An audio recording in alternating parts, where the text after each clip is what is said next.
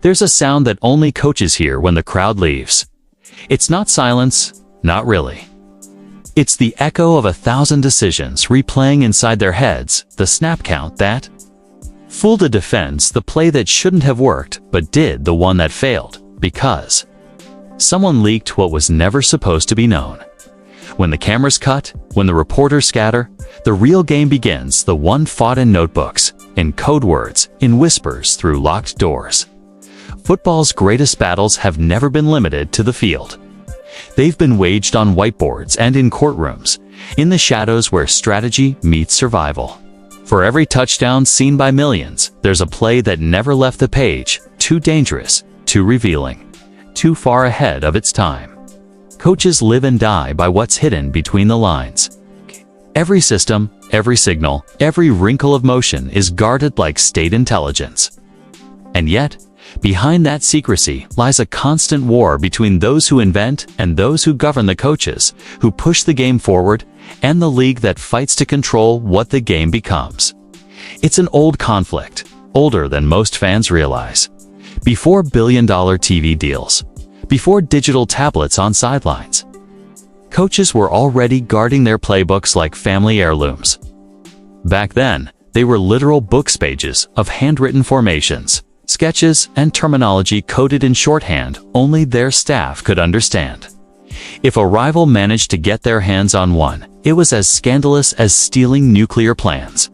To a coach, it wasn't paper, it was identity, authority, and in some ways, immortality. One old assistant once said, "We didn't trust the janitors in the film room. Not because they'd talk, but because someone else might listen." That paranoia wasn't madness. It was survival instinct. From the earliest days of professional football, strategy meant leverage, and leverage meant employment. Innovation could make a man a legend or cost him everything if the wrong eyes saw it first. There's a story that circulates quietly in coaching circles about a man who changed the game and was erased for it. He's rarely named on television now, but in the 1970s, he built an offense so unpredictable it forced the league to rewrite its rulebook. When the season ended, the league didn't celebrate him. It sanctioned him. His assistants scattered. His notebooks disappeared. He died with the belief that what he'd created had been stolen, rebranded, and controlled by the very institution that had punished him. Whether that story is myth or memory hardly matters anymore. What matters is that every coach since has known one truth. Brilliance in the NFL is a liability if the league doesn't own it. That's the quiet terror that follows innovation in professional football. Every new formation, every trick of motion, every use of deception pushes against the boundaries of what's allowed. But who decides what's allowed? The league's competition committee, an entity of owners, executives, and a few chosen coaches, claims to protect fairness. Yet, history tells a different story. It protects control. Every time a coach found a loophole, the league closed it. Every time creativity surged, the rulebook grew thicker. The fight was never just about the field, it was about authority. Imagine the small hours of a coach's life: the dark office, a single desk lamp, film rolling on loop. He's looking for something that doesn't exist yet, an angle no one has seen. He draws a line, circles a number, whispers a word that might change everything. And then, in the back of his mind, comes the question, can we even run this? Will they let us? The fear isn't that the opponent will figure it out. The fear is that the league will. Because if the league learns what you've built, they can take it, regulate it, or destroy it. Over time, this struggle grew into something resembling espionage. Scouts posing as journalists, interns recruited to photograph play sheets, coaches hiring former players from rival teams to decode terminology. Cheating became a matter of perspective. Was it cheating or just intelligence gathering? The line blurred because the system blurred it. Every act of innovation created new temptations to cross it. By the late 20th century, technology became both a weapon and a threat. The invention of film study transformed the sidelines into laboratories. Teams traded reels the way nations traded intelligence, carefully, reluctantly, always wondering who might have copied what. When digital video arrived, the paranoia deepened. Servers replaced filing cabinets. Playbooks went online. Passwords failed. Secrets leaked. What had once been scribbles on legal pads became data vulnerable, traceable, and suddenly owned not just by coaches, but by the league's digital infrastructure. The league's message was subtle but clear. We control the medium, so we control the message. Coaches could still create, but they no longer owned what they created. They were employees, not architects. And yet, in every era, a few refused to obey that unspoken rule. They hid plays within plays, built private systems of code that only trusted eyes could decipher. They called it protecting the edge. The league called it non-compliance. Even scandals like Spygate and Platigate, often treated as isolated controversies, were symptoms of the same disease: mistrust between innovation and governance. When the Patriots were caught filming opposing signals, it wasn't just about a camera. It was about information warfare. The league's public outrage masked a deeper embarrassment. Everyone knew it wasn't new. They just hadn't been caught on tape. For decades, teams had found ways to outmaneuver the boundaries. The only difference was who got punished and who got protected. Behind closed doors, the conversations were quieter but more revealing. League officials called it maintaining integrity. Coaches called it handcuffing genius. They were playing two different games under the same lights. The league needed uniformity. It needed the product to look consistent for television, for sponsors, for the brand. Coaches needed freedom to create, to surprise, to win. Those two needs could never coexist peacefully. One required control, the other demanded chaos. Some of football's most revolutionary ideas began as acts of rebellion. The West Coast offense, the run-pass option, even the spread each was born from someone breaking convention, seeing what others couldn't, or refusing to play within lines drawn by men in suits. For every celebrated breakthrough, there were dozens buried quietly, too extreme, too deceptive, too difficult to market. The league didn't always ban them outright. Sometimes it just rewrote the rules so they'd no longer work. That's how power maintains itself, not through denial, but through adaptation. And yet, through every generation, the same haunting question lingers in film rooms and back offices. Who really owns football? Is it the men who built the playbooks, or the institution that profits from them? In an age where data analytics and AI tracking now dictate strategy, that question feels more urgent than ever. The battle that once began with paper and pen now unfolds in code and cloud servers. The modern coach isn't just guarding his playbook, he's guarding his algorithms, his analytics models, his intellectual DNA, and the league. Ever watchful demands transparency. Transparency, the word sounds noble, but in football, it's often the first step toward control. The more the league sees, the less freedom coaches have. The more data it collects, the easier it becomes to predict, to police, to monetize. What began as a sport of instinct and invention has become a landscape of surveillance and governance. Still, there's something timeless about the defiance that burns in those who teach the game. Late at night, long after the stadiums go dark, they're still drawing lines and arrows, chasing angles that might never be seen by the public. They aren't just trying to win games, they're trying to outwit the machine that claims to own the game itself. In that quiet rebellion lies the heart of football's hidden war. So when we talk about the NFL's power, we often talk about contracts, owners, and players. But beneath that, beneath the stats and scandals, there's another league, a secret one. It's the league of thinkers, risk-takers, and obsessives who fight not for fame, but for freedom of thought. It's where every yard gained is a question of control, and every innovation is an act of resistance. Because behind the spectacle of professional football lies a truth most never see. The greatest contests are invisible. They not about touchdowns or trophies. They about who decides what is allowed to exist. And in that war between creativity and control, no one truly wins. Who owns the game's truth? How far will coaches go to protect their edge? And how far will the league go to preserve its power? The game has always been more than muscle and motion. Beneath the roar of stadiums and the flash of cameras lies a quieter, deeper conflict, a war for the soul of strategy itself. Football, as the public sees it, is a spectacle of power and precision. But inside the corridors of power, the offices, the rule committees, the late-night meetings where film reels still hum and legal documents pile high, another game unfolds. This is the game behind the game, where coaches write their secret alphabets, and the league decides which ones the public will ever see.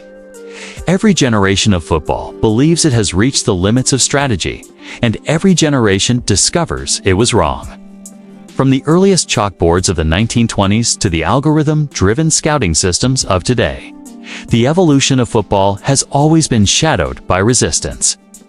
Every time a coach invented something that changed the balance, the T formation, the West Coast offense, the spread, the league found a way to pull the reins. It wasn't just about preserving fairness or protecting players. It was about maintaining control. Because in a game so dependent on pattern and deception, whoever owns the rulebook owns the truth. The thesis of this documentary is simple, and yet devastating in implication. The NFL's most enduring battles aren't waged between rival teams, but between innovation and authority. Between the coaches who bend possibility and the league that decides how much imagination it can tolerate. It's a contest that unfolds in whispers, contracts, and coded diagrams, a struggle fought not with helmets and pads, but with pages, penalties, and policy.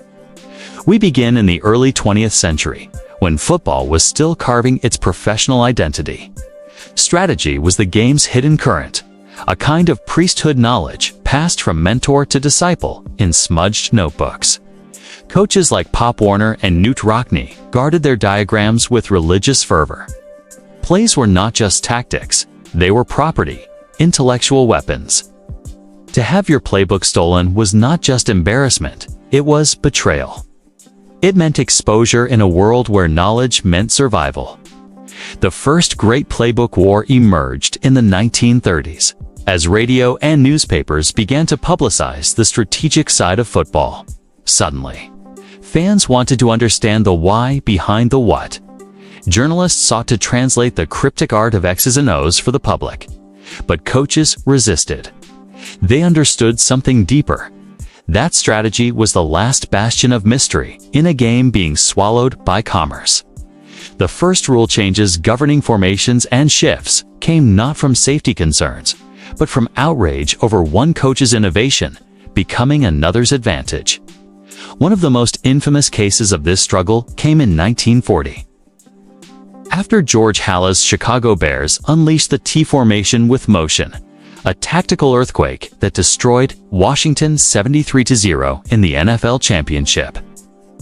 The league responded not with applause, but with regulation. Within months, committees debated motion restrictions, substitution limits, and offensive balance. What looked like a celebration of genius became a bureaucratic effort to contain it. The league was beginning to assert its authority over imagination. By the 1950s and 60s, as television turned football into national theater, secrecy reached fever pitch. Coaches like Vince Lombardi, Sid Gilman, and Tom Landry developed entire ideologies hidden within their playbooks, coded languages that assistants memorized and burned after use. Scouts would infiltrate practices, janitors were bribed for discarded diagrams, and the phrase playbook espionage was whispered without irony. In 1963, Paul Brown, a titan of structure and control, was fired by the Cleveland Browns, a team he had built from nothing. The reason, officially, was his authoritarian style. Unofficially, it was about power. Who got to decide how much information the league and its owners controlled? Brown's playbook innovations, from film study to scripted practices, had given him near-absolute authority. When he clashed with ownership over access and autonomy, the league sided with the business, not the mind. That moment defined a silent precedent. Innovation could thrive, but only within the boundaries approved from above. The 1970 AFL-NFL merger introduced a new battlefield rule standardization. Every offensive and defensive philosophy had to conform to a single rulebook. What seemed like unification was, in reality, consolidation of control. The NFL didn't just merge leagues, it merged information. The once diverse play cultures, the wide-open offenses of the NFL, the grinding conservatism of the NFL, became filtered through committees and broadcast contracts. For the first time, the league began to treat strategy as intellectual property that belonged not to teams, but to the league itself. Decades later, as digital technology arrived, the conflict deepened. Coaches began storing playbooks on encrypted servers. Analytics departments emerged, staffed not by ex-players, but by mathematicians, engineers, and coders. The NFL responded with policies governing data access, sideline technology, and even drone surveillance of practices. Each innovation brought new restrictions, new legal language, and new battles over ownership.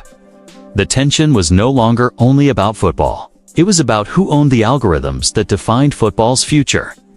To explore this hidden war, this documentary draws from a wide range of sources: archival footage, coaching manuscripts, court filings, and interviews with those who lived within the secrecy. We'll hear from assistant coaches who were forced to destroy their own notes after contract terminations, analysts who were legally barred from discussing model outputs, and lawyers who spent years fighting over whether a play design could be patented. One such legal battle, buried deep in the archives of the early 2000s, involved a coordinator who tried to copyright his playbook upon leaving a team. The court ruled against him, stating that playbooks were works for hire and therefore the intellectual property of the organization. That decision quietly set a precedent that reshaped the power dynamic between creativity and corporate control. A coach's imagination was no longer his own. It was an asset owned by the Shield. Throughout this series, certain figures and institutions will serve as anchors, recurring presences in this chess match between innovation and authority. The dogged head coach who sees the field like a living organism, constantly evolving beyond rules. The quiet coordinator, living in the shadows of credit, whose diagrams redefine the sport without his name ever reaching headlines. The league office, an empire of lawyers and former coaches who write the language of what is permissible. Owners who treat playbooks as proprietary trade secrets, investments as valuable as player contracts. And the enforcement committees, who interpret each innovation as either brilliance or breach. But the modern era introduces a new dimension: data. Today's playbook wars are not just about formations or film study. They are about analytics and ownership of data flow. The league now controls how much information each team can access in real time. Sideline tablets can be remotely locked. Play tracking software must comply with NFL Network Services standards. What once was the private realm of coaching intellect has become regulated by cybersecurity policy. The whispers of weak and tea tell them that have transformed into encrypted passwords and restricted access. These conflicts ripple beyond the sidelines. Journalists who have tried to expose strategic manipulation from altered rules to selective officiating memos often face quiet blacklisting. Former officials bound by non-disclosure agreements describe unseen pressures from the league to interpret innovation as unsportsmanlike when it threatens parity. The NFL's mantra of protecting the game has become its justification for shaping not just the rules, but the evolution of knowledge itself. Our exploration will move through time from the Blackboard era to the age of artificial intelligence, revealing the continuity of this hidden war. We will reconstruct historical playbooks, decode once classified coaching correspondences, and examine the secret rules that govern what teams can and cannot study. Through intimate stories and forensically val research, we'll expose how every strategic breakthrough, from the forward pass to motion offenses to predictive analytics, triggered an institutional countermeasure. In this series, football's past becomes a map of intellectual rebellion. Each diagram, each film reel, each memo tells part of the same story: The relentless effort to define, defend, and sometimes suppress the human imagination within sport. This is not a documentary about football as entertainment. It's a documentary about control, the quiet contest between those who teach the game and those who own it. For those who think of football as pure competition, the coming chapters may be unsettling. They will show how every era's heroes, from the stoic sideline generals to the modern data scientists, have faced the same invisible adversary: the institutional desire to own the future of thinking itself. As we begin, understand that what you see on Sundays is only the surface. Beneath the cameras, beneath the rules, beneath the brand, the real battles unfold in the unseen, in ideas drafted and deleted, in plays designed and buried, in genius both celebrated and censored. This is the hidden history of football's mind war. The story of football's strategic secrecy begins long before television, long before the billions. Long before anyone imagined a league office, it begins in muddy fields where coaches scrawled chalk on slates and shouted in code to men in leather helmets. Back then, the game wasn't yet a spectacle. It was closer to a science experiment in motion, a laboratory of collisions and deception. And from the start, those who coached it understood one truth: whoever could hide their ideas could win. In the early 1900s, American football was still an awkward descendant of rugby, rough, ruleless, and chaotic. Teams invented their own plays, formations, and even rules. Referees often didn't agree on basic definitions of holding or interference. In this wild frontier of sport, strategy was everything.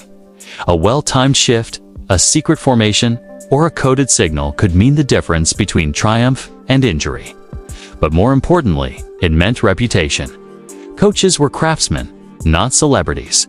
They were teachers, manipulators of structure, and sometimes outright tricksters.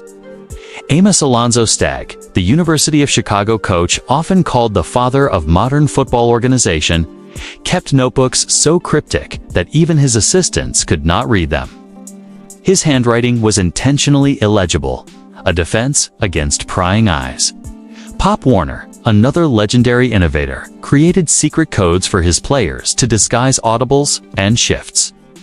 His 1912 Carlisle Indians team, featuring the young Jim Thorpe, used a primitive form of misdirection that left Ivy League teams enraged and confused. Warner's players wore different colored uniforms for certain formations, and the opposing sidelines claimed it was cheating. But Warner's response was the first articulation of the strategist's creed: if they can stop it, they'll try to outlaw it. From those moments, the tone was set. Strategy became a form of espionage. Teams trained behind fences, guards were placed near practice fields, and signals became encrypted. Stagg developed what historians now call coded cadence, using rhythm and phrasing in snap counts to disguise plays. Newspapers, which had begun publishing formation sketches, were sometimes accused of espionage. By the 1920s, coaches started covering their mouths when speaking to quarterbacks, not because of cameras, but because rival assistants were known to sit behind benches with binoculars. This was the first invisible frontier, the war of information, and the weapons were words, gestures, and secrecy itself. One of the earliest documented examples of coded sideline communication came during the 1905 Yale-Harvard game, a defining event for the sport. The Yale sideline used a series of towel signals and shouted numbers to indicate audibles. Harvard suspected as much and sent a young assistant, future coach Percy Houghton, to decode it. Houghton noticed that each number correlated to a letter, which corresponded to a direction or blocking scheme. He didn't break the full code that day, but he learned something more important. That strategy in football wasn't just on the field. It was an act of concealment and translation. Houghton would later become one of the sport's most cerebral coaches, and also its first spy. He employed students to observe other schools' practices, posing as spectators.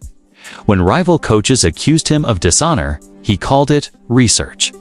From this mindset emerged the earliest ethical rift in the game whether deception was an art or an offense. By the 1910s, football was already spawning its first rule reactions to secrecy. The shift rule of 1910, for instance, was enacted after Pop Warner's players began moving en masse before the snap, confusing defenders. The rule required players to be set for 1 second before the ball could be snapped, not for safety, but because the league's rule makers viewed Warner's tactics as too deceptive. They feared that strategy might evolve faster than officiating could manage. To the innovators, that fear was an opportunity. Coaches began designing formations to exploit every inch of ambiguity. Glenn, Pop, Warner, and Stagg traded letters debating the morality of misdirection.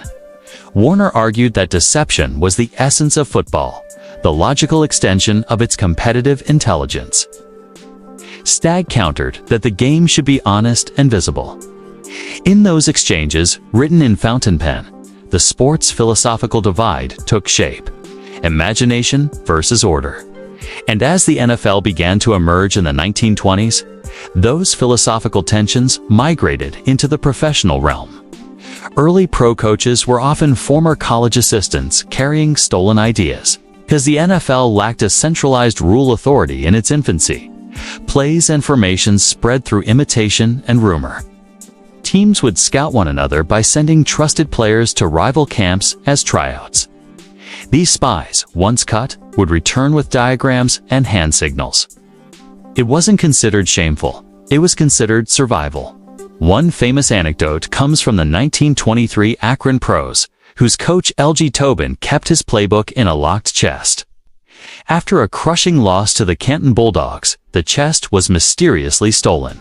2 weeks later, Canton ran a series of plays identical to Akron's mirror images down to the blocking schemes. No official investigation followed, but Tobin, furious, began rewriting his entire playbook every month, burning old copies in a steel drum behind the fieldhouse. This was the birth of playbook rotation, a practice that would continue through the modern era where digital encryption replaced the padlock. Meanwhile, the league's earliest rule committees began noticing something they had never anticipated. The more they tried to standardize the game, the more creative the coaches became. Each new restriction produced an adaptation. When the league outlawed mass momentum, formations where players would sprint into a line before contact, coaches responded with pre-snap motion. When defensive alignments were limited, coordinators invented disguised zones. In this feedback loop between regulation and reinvention, football became self-aware. Every coach's creation became a test of legality, and every rule change became a story of containment. The game was no longer merely about execution. It was about interpretation. The first true intellectual property battle had begun, decades before anyone used that term. The secrecy deepened further as the league grew in prestige. Coaches began marking their playbooks with invisible ink, literally. In 1932, reports surfaced that George Halas's Bears used blue light markings to identify copies distributed to assistants.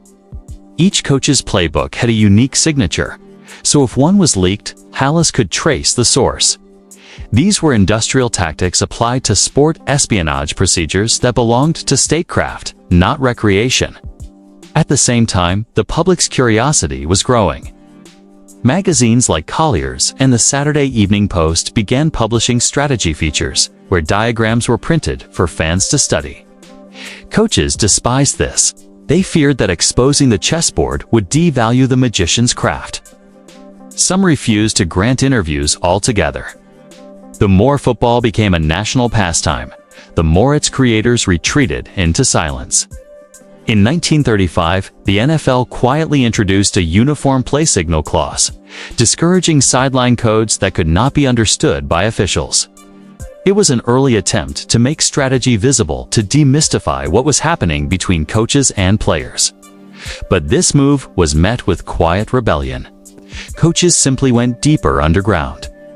They began using decoys, fake signals, false calls, and misleading shouts meant to trick observers. The line between strategy and subterfuge vanished.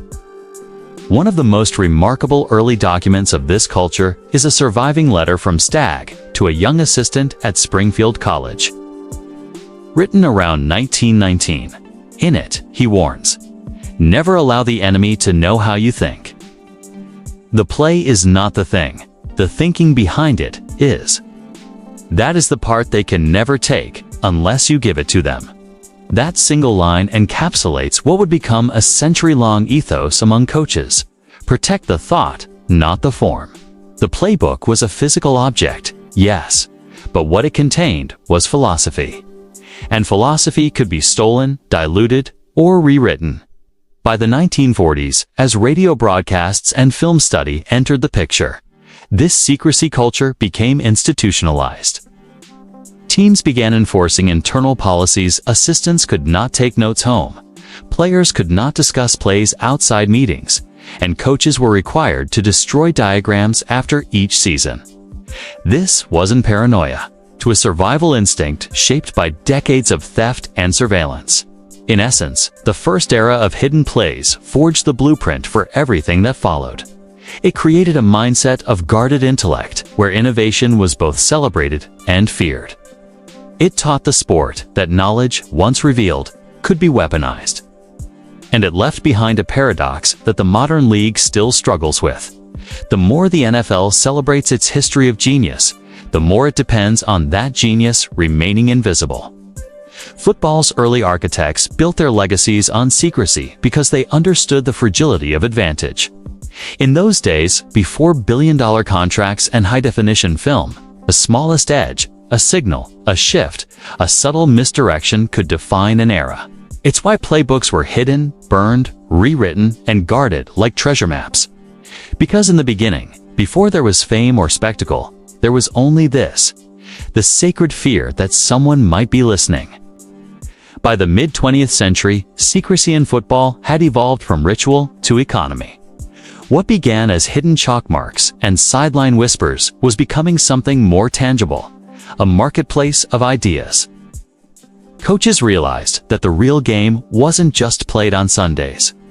It was bartered, sold, and traded in locker rooms, coffee shops, and quiet back offices. The playbook, once a private set of drawings and philosophy, had become a form of intellectual property, long before that term entered sports law. Every great innovation in football carries with it an invisible shadow. The moment it's discovered, someone tries to copy it. By the 1940s, the sports innovators, men like Clark Shaughnessy, Sid Gilman, and Paul Brown, knew their designs would travel faster than their teams. Assistants left for other jobs and carried ideas with them. Scouts wrote down formations they'd seen in practice. Rival coaches traded film reels, sometimes as favors, sometimes as currency. Football was becoming industrialized, and strategy was its most valuable export.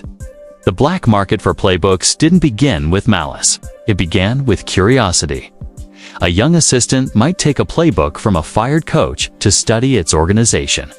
A scout might pay a locker room attendant to photograph practice diagrams.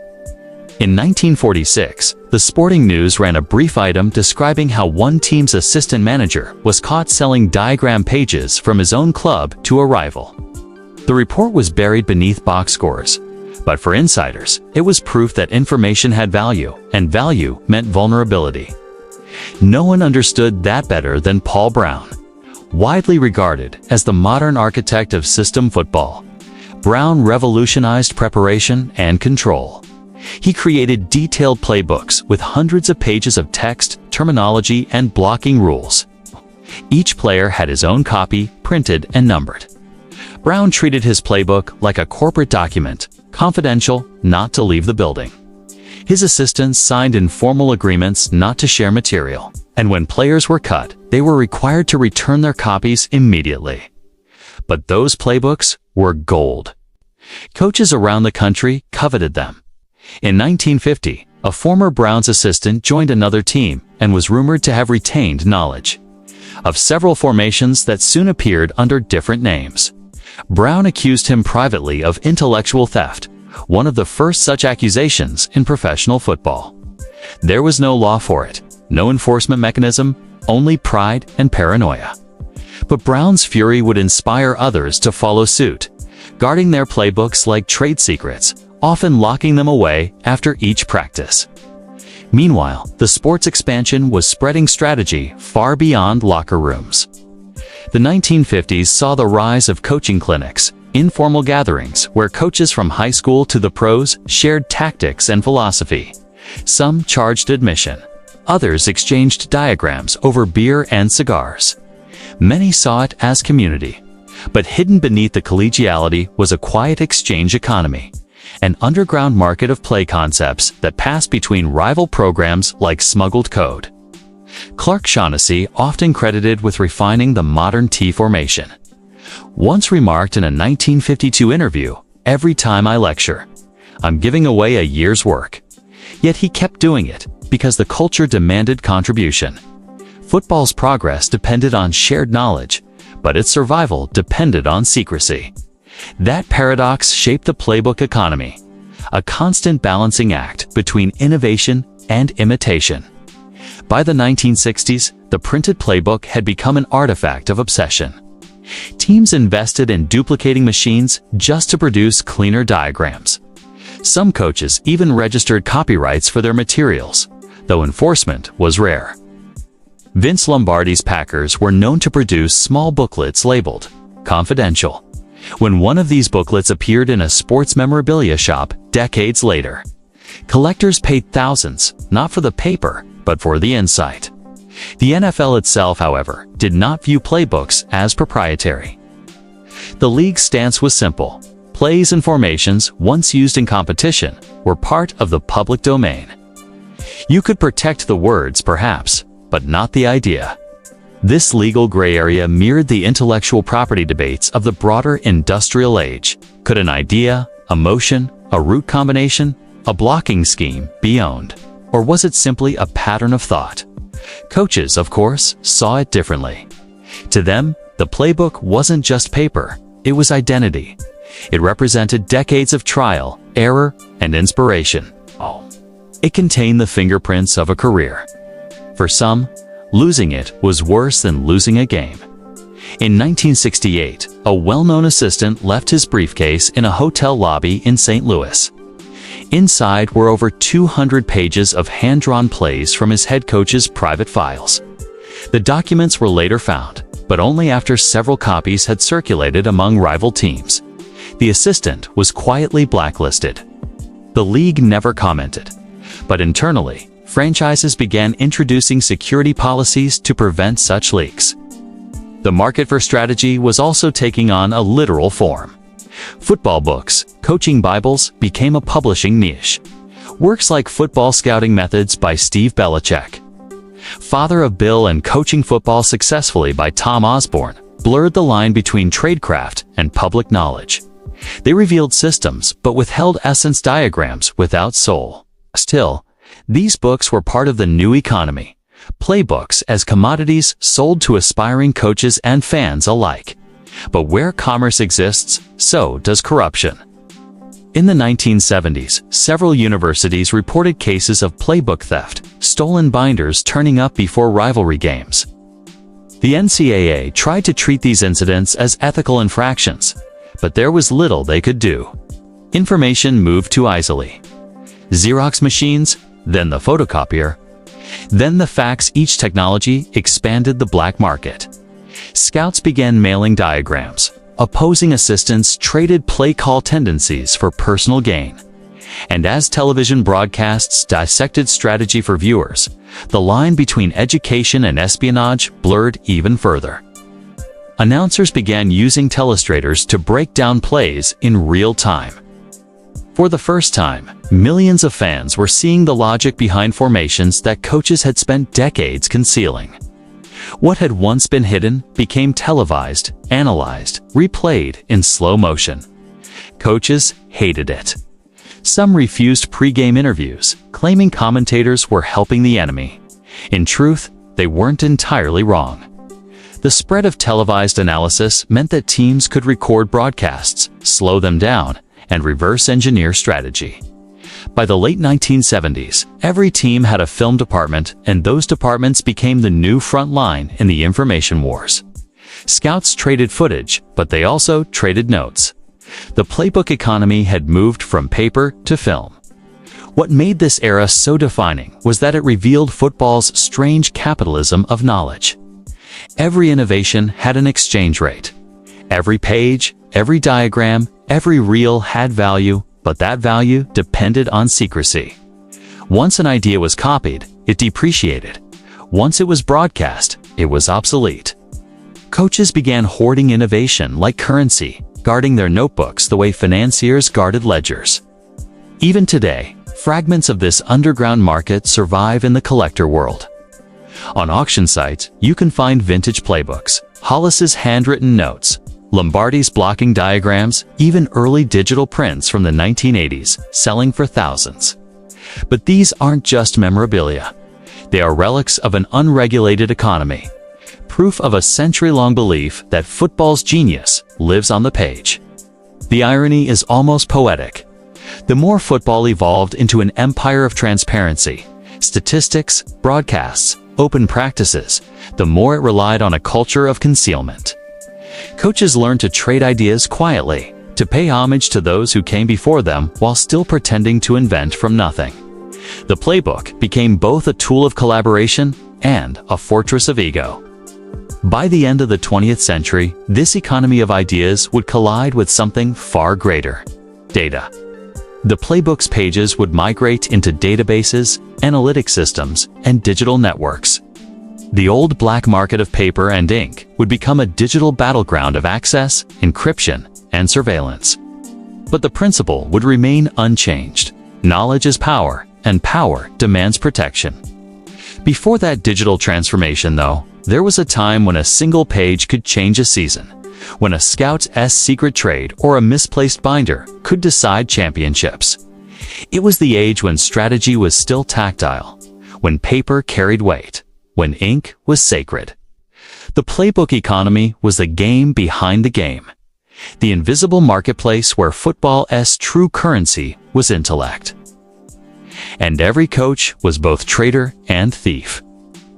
There's a point in every era of football where competition stops being about who can run faster or hit harder and becomes about who can know more.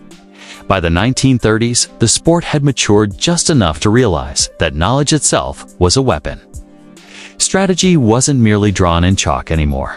It was being stolen, guarded, and hidden behind veils of coded speech and elaborate deception. Coaches began to suspect that someone, somewhere, was always watching. In those years, the term cheating hadn't yet evolved into its modern moral weight. It was more like a dark art that existed between the lines. There were stories whispered among old players about the man with the binoculars sitting high in the wooden bleachers, scanning signals. The earliest accounts come from college programs, Army, Notre Dame, Yale, where innovation ran faster than regulation. In one 1934 Army-Navy game, a Navy assistant allegedly deciphered the cadet's sideline code mid-game, alerting his head coach to an incoming reverse. Army's play was blown up for a loss, and though no formal accusation followed, the distrust that followed set the tone for decades of suspicion. The NFL, in its growing professionalism, soon absorbed the same behavior. The Chicago Bears and Green Bay Packers, each brilliant, ruthless, and desperate to stay ahead, became early test cases for how far teams would go to read one another. The league was still small enough that scouts, trainers, and assistants often knew each other personally, which only made betrayal easier. It was said that one could lose a friend over a stolen signal faster than over a lost game. In those early decades, information had no formal boundaries. Coaches used hand signals, wristbands, blackboards, and chalk-slated sideline signs to communicate formations and audibles. Opponents countered with their own system's fake signals, decoy callers, or assistant coaches planted to observe. When reporters first began to suspect spying, it wasn't the kind of cloak and dagger story it would later become. It was framed as resourcefulness. In a 1938 Chicago Tribune column, one sportswriter openly praised the Bears for their keen observational discipline, never naming names, but suggesting their eye for the enemy had become part of their strength. Behind closed doors, however, that discipline was taking new shape. Some teams began assigning a staff member to sit in the stands not for scouting film, but for decoding signals in real time. The position was unofficial, often disguised as a family member or a team statistician. Coaches began using complex substitutions as smokescreens, changing formations after the huddle to neutralize enemy decoding. The field of battle had extended from the turf to the unseen realm of perception. By the 1940s and 1950s, as the game's sophistication deepened, the informal espionage escalated. Head coaches such as George Halas and Paul Brown were known for their obsession with secrecy. Brown, in particular, treated play design like classified research. His assistants would later recall how he burned old play sheets rather than risk them being found. Halas, equally protective, forbade assistants from bringing full playbooks home, an early recognition of intellectual vulnerability. But secrecy, paradoxically, bred innovation. Coaches realized that if they could decode another team's system, they didn't just gain advantage, they gained insight into how others thought. Play stealing became a kind of psychological warfare. A coach who knew your signals could force you to question your own system. Players began doubting their calls, their eyes darting to the sidelines, unsure if the next audible was compromised.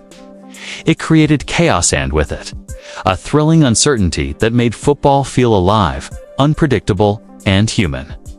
The earliest spying scandals weren't publicized like they are today, but they were documented internally. League memos from the 1950s, never released until much later, describe irregular observation practices during games. One referred to a team that stationed a photographer in a stadium-like tower. Another memo warns of excessive field access by off-duty scouts. The league's language was polite but clear. Espionage had become a problem, too visible to ignore. As film technology entered the sport, the opportunities multiplied.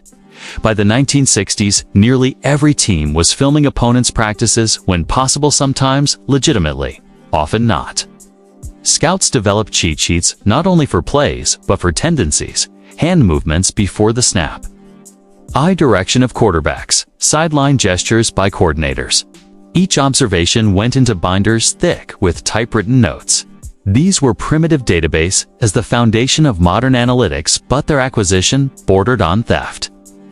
A famous example emerged in 1967, when the Dallas Cowboys reportedly intercepted sideline communications from rival teams using early parabolic microphones. The devices were marketed as audio analysis tools, but within coaching circles, everyone knew what was really happening. Tom Landry, meticulous and measured, never admitted to using them, but also never denied their existence. What he did do, quietly, was begin developing one of the most complex coded communication systems in the league, altering signals by quarter and player rotation. The counter-espionage era had officially begun. At the same time, newspapers started hinting at this hidden war. In an April 1970 Sports Illustrated feature titled The Shadow Game, journalist Bob Oates described the intelligence arms race within professional football. He cited unnamed sources who spoke of signalmen, spotters, and even decoy coaches designed to mislead observers. It was the first time the public heard football described as a theater of deception rather than brute force. The league's response was complicated. On one hand, officials wanted to preserve integrity. On the other, these secretive practices made the sport more tactical, more watchable, more mythic. Fans loved the mystery of it. They loved knowing their team had some hidden edge on unseen code, a smarter coach, a trick that the opponent couldn't unravel. For the league office, this tension between secrecy and fairness became a persistent paradox. Regulation could kill the magic. Too little regulation could kill trust. But while the headlines were still manageable, the underground culture of spying continued to evolve. Teams hired ex-military personnel to help build secure communication systems. Others trained interns to record subtle body language from opposing sidelines. One AFC head coach reportedly paid a local television technician to splice opponent footage out of scheduled broadcasts for private study. These practices weren't illegal under league rules because no one had written rules against them yet.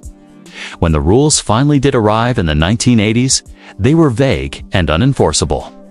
Teams were forbidden from filming unauthorized areas, but the term unauthorized was never defined. Coaches found loopholes. Stadium architecture changed. Video crews blended in with broadcasters. The cat-and-mouse game only grew more sophisticated. Behind every major innovation in surveillance came an equal and opposite innovation in concealment. Teams began using multiple decoy signal callers. Some rotated assistants with identical hats and sweatshirts so that camera footage couldn't isolate the real one. Wristbands evolved from simple lists of plays to intricate grids of codes. One wrong glance by an opponent could mean disaster. Coaches rehearsed deception like choreography, practicing fake calls to throw off anyone watching. By the 1990s, the culture of paranoia had become part of football's DNA. You assume they're watching you, one longtime assistant told the New York Times in 1998. You just know from where. Every innovation carried the shadow of its potential theft. Every advance in data brought the risk of exposure. The sports genius and its corruption were now intertwined, two sides of the same competitive hunger. It would all culminate decades later in some of the most notorious modern controversies episodes that showed how deeply embedded espionage had become in the game structure. But before those stories could unfold, before the cameras and the fines and the court filings, there was this: a world of binoculars and notebooks. Of men crouched in the stands, scribbling signals, of coaches burning papers late into the night. This was football's age of espionage, when secrecy wasn't just a matter of pride, it was survival. By the time the league began to sense how deeply secrecy had embedded itself in the game's bloodstream, the battle lines had already shifted. What began as sideline trickery and quiet observation had transformed into a structural problem, one that challenged the very definition of fair play. The NFL, now a growing corporate entity rather than a loose confederation of teams, could no longer afford moral ambiguity. The integrity of the sport wasn't just about who won, it was about who controlled the story. The response came not from the players or even the coaches, but from the bureaucrats in tailored suits who gathered behind closed doors in New York offices. The league office, bolstered by its competition committee, began to see itself as the guardian of balance, a central power designed to limit excess, suppress innovation, and rewrite the rules when genius threatened to outpace governance. It began in the late 1940s, when Commissioner Bert Bell realized the league could no longer rely on gentlemen's agreements to preserve parity. Teams like the Cleveland Browns, led by Paul Brown's meticulous systemization, were outthinking opponents to such an extent that games seemed predetermined. Brown's innovations, play calling from the sidelines, detailed scouting reports, and filmed practices forced the league to intervene. Instead of outlawing intelligence itself, they began to legislate the symptoms. The competition committee became the league's weapon of choice. Each offseason, representatives from selected teams met to evaluate the state of the game. What felt fair, what felt excessive, and what, in their view, needed to be adjusted. What this really meant was containment.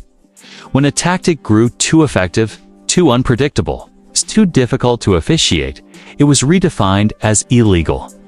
The league disguised control as clarity. In 1955, when the Baltimore Colts began using a new man-motion concept to disorient defenses, the league swiftly modified the motion rule, requiring players to be set for 1 second before the snap. A year later, when teams experimented with deceptive lateral passes behind the line of scrimmage, the competition committee restricted backward tosses to prevent unfair confusion. It was the beginning of a pattern. Innovation met by redefinition. The coaches, in turn, adapted. For every new restriction came a workaround. New formations, new signals, new timing tricks. What the rule makers didn't anticipate was that these regulations didn't just suppress creativity, they inspired it. The game became an arms race between vision and authority. The same friction that drove technology, art, and espionage in the broader world had found its microcosm on a 100-yard field. By the 1960s, the league had institutionalized its response into a process. Proposed rule changes went through 3 layers: the competition committee, the board of governors, team owners, and final approval by the commissioner. It sounded democratic, but in practice, it was an oligarchy of influence. The most powerful owners dictated the direction of the sport, and their primary concern wasn't tactical purity, it was financial control. The deeper truth was that rule changes were economic instruments. They determined which styles of play attracted fans, how scoring trends shaped television contracts, and which teams' innovations threatened the status quo. When the AFL emerged in 1960, its faster, riskier, more offensive style drew younger fans. The NFL's response was on just to merge. It was to absorb and regulate the very creativity that had threatened it. And nowhere was that control clearer than in how the league treated unfair advantage. Throughout the 1970s, coaches like Tom Landry, Don Shula, and Chuck Noll navigated a shifting labyrinth of new rules designed to curb overreach. Landry's use of complex motion systems forced the league to redefine illegal shifts. Shula's exploitation of substitution timing led to limits on player changes.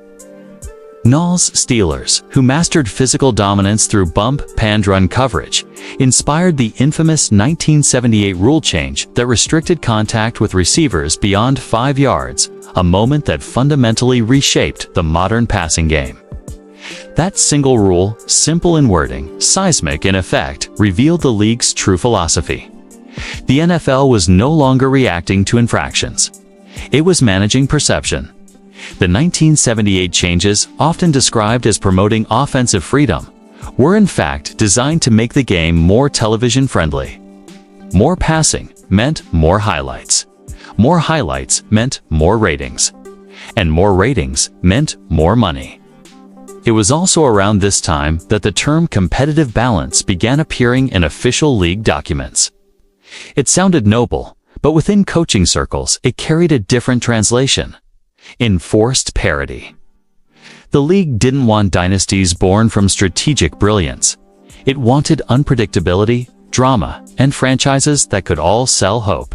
The team's innovation risked dominance as Bill Walsh messed West Coast. Offense did in the 1980s, the rulebook would soon follow, reshaping definitions of holding, pass protection, and eligible receivers. Walsh, the ultimate chess player, knew this cycle well. "If they can't stop you on the field," he once said, "they'll stop you in a meeting." These meetings, often lasting hours, were more political theater than technical analysis. Coaches would submit detailed reports arguing for or against specific rule adjustments, only to see decisions swayed by television executives and public relations staff. Owners from large market franchises often pushed for offensive accessibility, knowing high-scoring games translated to ticket sales and national exposure. Meanwhile, defensive-minded coaches fumed in silence, their innovations diluted in the name of entertainment. The politics deepened as technology entered the conversation. When sideline radios were first introduced to streamline quarterback communication in the 1990s, the league office imposed strict restrictions on who could wear the headset, how long it could transmit, and when it had to shut off. The reasoning was competitive fairness. The reality was control. Teams that had pioneered intricate signal systems, particularly those like the 49ers and Broncos, suddenly found their advantages neutralized under a new layer of oversight. And yet, paradoxically, the league's attempts to codify fairness often created new gray areas. Each rule change demanded interpretation, and interpretation required enforcement. The more the NFL legislated innovation, the more it centralized power within the office of the commissioner. A bureaucratic feedback loop formed. The league office enforced rules it helped write, then justified its authority through the necessity of enforcement. This cycle of legislation and counter-legislation mirrored larger tensions in American institutions at the time. The Cold War era's obsession with secrecy, control, and surveillance echoed in the NFL's internal logic. Every new technology, from radio to film to digital replay, forced the league to ask the same question. How much power should one side have to see what the other is doing? By the 2000s, the competition committee had evolved into a full-fledged regulatory machine. Comprised of coaches, executives, and owners, it wielded the ability to rewrite football's physics on an annual basis. What used to be settled on the field was now decided in conference rooms. The same dynamic that once existed between opposing sidelines, innovation, and counter-innovation now existed within the league itself. The modern NFL hides its political machinery behind a veneer of player safety and game integrity. But the DNA of control remains unchanged. Every tweak to roughing the passer, every adjustment to catch definitions, every penalty review, all are extensions of the same fundamental truth. The rule makers never stop striking back. Because beneath the surface of fairness lies fear. Fear that the game could again escape their control. That genius could outpace governance. That secrecy could breed rebellion. Football's most enduring battle has never been offense versus defense, nor coach versus coach. It's been creativity versus control. And that fight, like the game itself, is still being played. There comes a moment in every institution's life when the struggle for control stops being abstract, when it's no longer about policies, principles, or philosophical balance, but about faces, names, and consequences. In the NFL, that moment arrived when one man, a head coach with a reputation for obsession and autonomy, dared to challenge the very foundation of league power. What followed wasn't just a feud. It was a public reckoning that revealed how fragile the balance between innovation and governance truly was. The story begins with Bill Belichick, not the caricature in a gray hoodie, but the strategist who had built an empire on discipline, film study, and intellectual sovereignty. For years, his Patriots had defined modern football efficiency, situational mastery, adaptability, and an almost monastic secrecy surrounding game preparation. Every assistant, every scout, every practice rep, meticulously planned, recorded, and guarded. But in 2007, that fortress cracked open. When the Spygate scandal erupted, alleging that New England had illegally videotaped opposing teams' defensive signals. It didn't just expose a potential rules violation. It exposed the league's deepest insecurities. For the first time, the NFL's command structure faced the uncomfortable question of whether its most dominant dynasty had mastered the game or manipulated it. Roger Goodell, newly appointed commissioner and eager to assert moral authority, responded swiftly and severely. The Patriots were fined $250,000. Belichick himself was fined $500,000, the largest fine ever levied against a coach, and the team lost a first-round draft pick. But the punishment wasn't about the money. It was about narrative control. The league's message was unmistakable. Innovation that skirts perception of fairness will be crushed, even if it operates in a gray area the league itself helped create. To understand why this moment became so pivotal, one has to understand what was really at stake. The NFL's structure depends on two pillars: the illusion of parity and the sanctity of the rulebook. Both depend, in turn, on trust, the idea that each team competes within the same invisible framework of honor. Spygate didn't just threaten that illusion. It exposed how fragile and selective it was.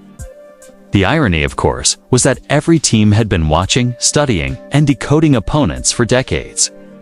Coaches had long used film, binoculars, and even freelance scouts to capture sideline communication. But Belichick's error wasn't innovation, it was documentation. He had crossed the invisible line between knowing and proving. When Goodell ordered that the confiscated videotapes be destroyed, he claimed it was to prevent future misuse. But within coaching circles, that decision felt like something darker: erasure. The act symbolized the commissioner's ultimate authority to define not just what was legal, but what was remembered. From that point forward, every head coach understood a new reality. The league's power wasn't merely to legislate tactics. It was to dictate narrative. If a strategy challenged the league's preferred image, it could be branded as deceit. If it threatened competitive balance, it could be outlawed. The commissioner had become both judge and historian. Belichick, for his part, never publicly defended the practice beyond acknowledging a misinterpretation of the rules. But behind closed doors, coaches saw it differently. They saw a man punished for doing what all of them did, pushing boundaries. They saw the punishment not as discipline, but as a warning. In the years that followed, the relationship between coaches and the commissioner's office hardened into mutual suspicion. Coaches guarded their film rooms like vaults. League officials expanded compliance departments, monitoring everything from injury reports to sideline communication. The NFL, once governed by unwritten codes and mutual respect, became a regime of surveillance and paperwork. But this wasn't the first time a coach had challenged a commissioner's authority. Decades earlier, in 1977, another confrontation had shaken the league's hierarchy. It involved Oakland Raiders head coach John Madden and Commissioner Pete Rozelle. Madden's Raiders were notorious for their aggressive style and rule-bending tactics, a team that thrived on chaos, intimidation, and a calculated disregard for convention. Rozelle, an image-conscious executive who sought to make the league palatable for mainstream America, saw the Raiders as a liability. The two men's conflict culminated during a playoff controversy when Rozelle's office accused the Raiders of using illegal contact techniques. Madden defended his players publicly, accusing the league of selective enforcement and hypocrisy. While the media framed it as a football dispute, insiders knew it was a political one. Madden wasn't just fighting for his players. He was fighting for the autonomy of coaches to define football's boundaries. Rozelle, in turn, was fighting to maintain control over the narrative that made football America's most marketable sport. The same dynamics echoed through every decade that followed. When Jimmy Johnson clashed with league offices over free agency and roster control in the early 1990s, it was less about personnel and more about principle. When Mike Holmgren questioned enforcement inconsistencies in Green Bay, it was another iteration of the same fight. Coaches innovate, commissioners consolidate. By the 2010s, this dynamic had evolved into something more bureaucratic, but equally personal. The era of Deflategate brought Belichick's Patriots back into the crosshairs, this time under the pretense of equipment tampering. The investigations spiraled into months of speculation, scientific analysis, and league-managed leaks. The NFL's punishment of quarterback Tom Brady, and, by extension, Belichick's system once again became a referendum on the league's moral authority. What mattered wasn't whether footballs were slightly underinflated. What mattered was perception. The leagues need to prove that no coach, no dynasty, no brain trust could exist outside its control. The NFL's commissioners, from Rozelle to Goodell, have all shared one defining fear: that coaches might one day become bigger than the league itself. That's why the league has always walked a fine line between celebrating genius and punishing independence. It praises innovation until it threatens hierarchy, then legislates it out of existence. For coaches, the pattern became clear. The league tolerated excellence but punished dominance. It applauded creativity when it served spectacle, but censured it when it exposed systemic cracks. The deeper message was unmistakable. You can master the game, but you can never own it. The Belichick-Goodell clash remains the modern template for that tension. It reshaped how coaches communicate, how organizations handle data, and how the league defines integrity. It forced every future strategist from Andy Reid to Sean McVay to build not just a playbook, but a firewall. Today, the battle between coaches and commissioners continues in subtler forms. Policy memos, data audits, leaked investigations. Coaches still push the edges of innovation, while the league still tightens the leash in the name of fairness. The war hasn't ended, it's simply gone underground. Behind every sideline camera angle, Every replay ruling, every points of emphasis memo sent from the commissioner's office lies in invisible negotiation. Coaches study tendencies and probabilities. Commissioners study perception and control. Both sides understand that the future of football depends not on who wins, but on who defines what winning means. Because in the NFL, truth isn't just measured in yards or points. It's measured in power and who gets to write the final version of it. Football has always been a language, a living code spoken through glances, gestures, and rhythm. But unlike any other language, this one must be spoken under siege. 11 men have seconds to communicate meaning in a storm of chaos, while dozens of eyes, opponents, cameras, and league monitors watch for the smallest betrayal. In this crucible, even a flick of the wrist or a tap of the helmet carries weight. And from those smallest movements, entire wars have been waged. In the early years, before technology mediated the sidelines, teams relied entirely on hand signals and shouted cadences. Coaches stood like conductors, directing chaos with fingers and arms, their gestures as distinct as fingerprints. But as competition deepened, so did paranoia. Coaches began disguising their own language, embedding fake cues among real ones. What began as necessity became performance, deception, layered over instruction.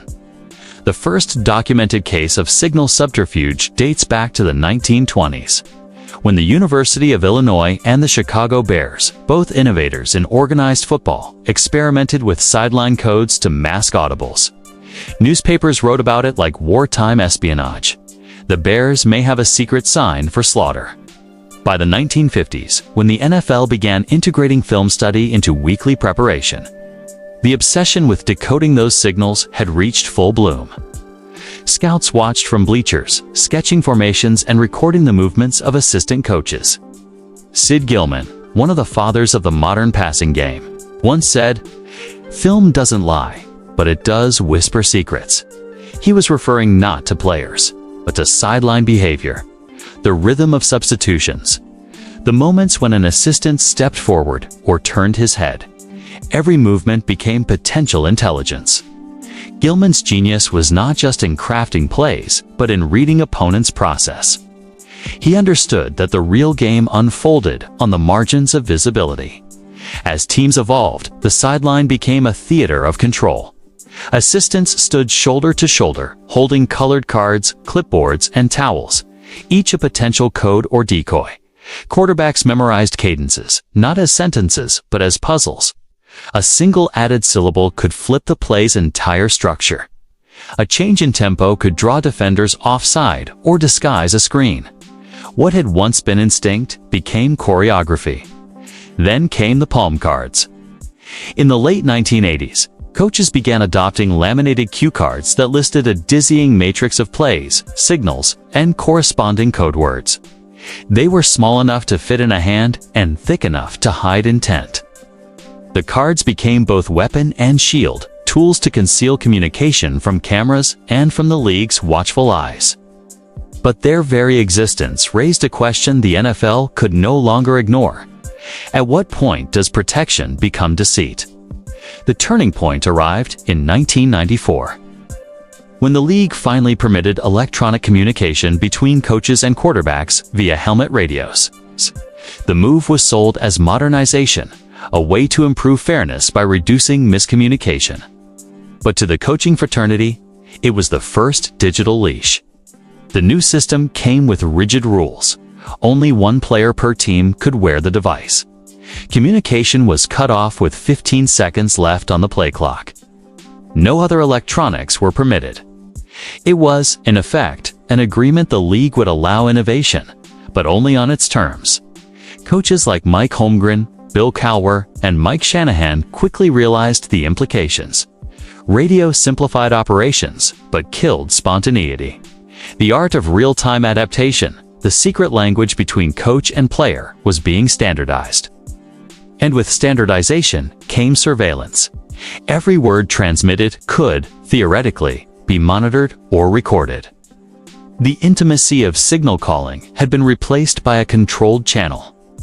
Of course, not everyone played by the new rules. Some teams, unable or unwilling to fully trust the system, continue developing hybrid methods, visual signals layered atop radio cues. They use decoys, wristbands, and dummy signalers to protect meaning. When one team discovered another's pattern, retaliation was inevitable. The battle for secrecy had gone digital, but the instincts remained primal. By the early 2000s, the use of wristband play menus had spread to nearly every offensive unit. These bands carried dozens, sometimes hundreds of plays encoded in alphanumeric form. To outsiders, they looked like harmless accessories. To insiders, they were encrypted maps. The league, however, viewed them with suspicion. Critics argued that wristbands encouraged overcomplexity and undermined the spirit of improvisation. Others countered that they were essential armor in a game increasingly invaded by television cameras and data analysts. The NFL's Rules Committee faced an impossible balance. Every technological innovation, radios, tablets, instant replay, threatened to expose the game's tactical privacy. The solution, inevitably, was control through codification. New guidelines restricted communication windows, defined approved devices, and prohibited the use of any visual or electronic aid not explicitly authorized. Each new paragraph in the rulebook reflected the same anxiety, that the game's human edge might disappear under an avalanche of hidden data. And yet, the more the league tried to contain communication, the more creative coaches became. Chip Kelly's Oregon-style tempo offense, which swept into the NFL in the early 2010s, relied on rapid-fire visual cues, oversized placards depicting random images, a Batman logo, a slice of pizza, a pop star's face. Each image represented a complex sequence of plays and alignments. Kelly turned signaling into theater, turning chaos into tempo. The league couldn't outlaw it. There was nothing illegal about symbols, but it could react indirectly. Referees began enforcing stricter substitution rules to slow down tempo offenses. Defensive coaches lobbied for expanded time between plays, citing player safety. What was framed as a medical concern was, in truth, a political countermeasure. The old dynamic persisted. When creativity found daylight, authority built new walls. The same pattern reappeared in the defensive world. During the 2019 season, the Baltimore Ravens and New England Patriots both faced quiet league scrutiny after multiple opponents accused them of coordinated disguise, abuse essentially. Manipulating defensive pre-snap shifts through synchronized hand signals that verged on mimicry of offensive motion. No formal charges were filed, but the message was clear. When your mastery of deception becomes too effective, the league calls it manipulation. The greatest irony of all was that the league itself depended on the very communication systems it policed. The broadcast product, replays, commentary, in-game analysis thrived on access to sideline chatter. Networks paid billions for wired four-sound segments, mic'd-up players, and live huddles. The NFL wanted secrecy on the field, but transparency on the screen. Coaches, meanwhile, wanted the opposite. And so, the line kept shifting. The deeper the technology reached from instant replay tablets to next-gen stats tracking chips, the more the sidelines became battlegrounds for privacy. In recent years, some coaches have started lobbying for full encryption of all sideline communications, citing fears of radio interception and digital leaks. The league, predictably, has resisted. Total encryption would mean total autonomy, something no commissioner has ever willingly ceded. In the end, what began as a simple question, how to communicate in chaos, evolved into a philosophical war about ownership. Who owns a team's language?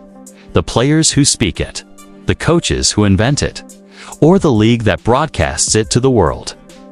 Every signal, every palm card, every wristband, every coded glance represents something larger than play calling. It's about sovereignty, about the right to think freely within a controlled empire. 'Cause in the NFL, even silence is property, and someone always wants to own it.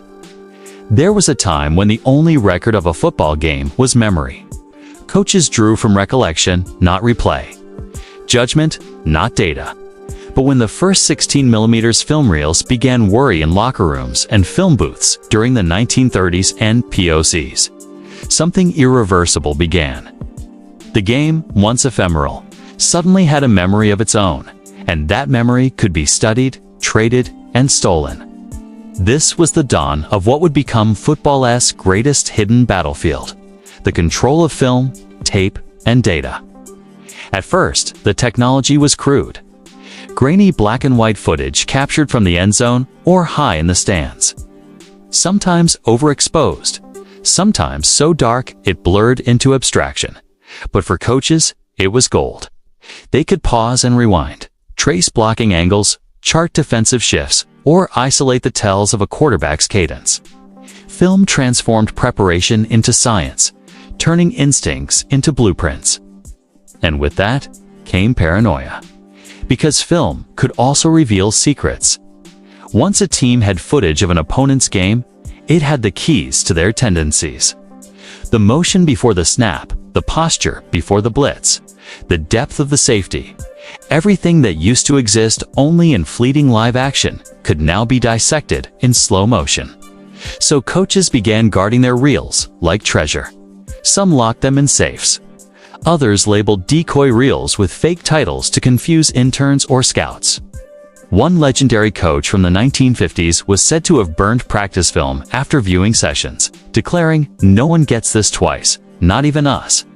By the 1960s, as film study became standardized, a quiet black market developed. Scouts from one team would trade footage with others, creating informal alliances often under the radar of league officials. The NFL tried to create rules governing the exchange of game film, but enforcement was uneven. Smaller market teams complained that wealthier franchises were getting better copies, better angles, and faster delivery. The league's attempt to regulate film distribution marked one of its first efforts to control information, an effort that would expand massively in the decades to come. The more the league tried to centralize, the more coaches tried to reclaim control. It wasn't just about fairness, it was about trust. Once the NFL started managing the film archives, the question arose: who owns the footage? The teams who played the game, or the league that licensed it?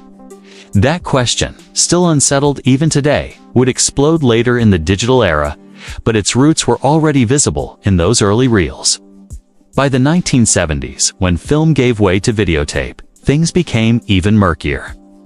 Coaches began recording practices in-house, building massive tape libraries, thousands of hours of drills, scrimmages, and walkthroughs. And though the tapes were technically team property, they often moved with coaches when they changed jobs. Assistants would quietly make copies, carrying fragments of one team's philosophy into another's locker room. There were rumors, some proven, some denied, of teams borrowing opponents' practice film during joint scrimmages. One story that circulated around the league involved a rival assistant allegedly swapping labeled tapes in a conference room. Another tale spoke of a janitor bribed to hand over discarded reels from a trash bin outside a stadium film room. The paranoia wasn't misplaced. The playbook wars had entered a new dimension, one where evidence could be duplicated without ever leaving a physical page. But it wasn't just espionage that scared the league. It was exposure. Television networks had begun demanding sideline and end zone access for broadcast footage, arguing that fans deserved better angles. Coaches disagreed. They knew the same shots that thrilled audiences also revealed strategy, substitutions, hand signals, play adjustments, all in crisp, zoomed-in color. By the late 1970s, certain coaches were known to block cameras from filming specific formations during pre-game warm-ups. The NFL, sensing tension, introduced policies on camera placement and broadcasting limits. A bureaucratic way of saying, the field is public, but your secrets are not. And yet, film study kept evolving.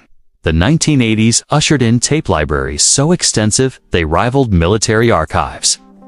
Teams hired full-time film coordinators, transforming basements and back rooms into command centers. Every down, every angle, every audible cataloged, indexed, and reviewed. The coaches who could read tape like scripture gained a reputation for supernatural game sense. Bill Walsh in San Francisco was one of them, using film to analyze not just opponents, but his own players' body language, confidence, fatigue. Film wasn't just data. It was psychology. But with the expansion of video came a growing question of ownership. When the league's central office began collecting film for integrity review, many coaches bristled. They believed what happened in their facility belonged to them, not to Park Avenue. The NFL countered with legalese. Every snap, every recording of an official game fell under league governance.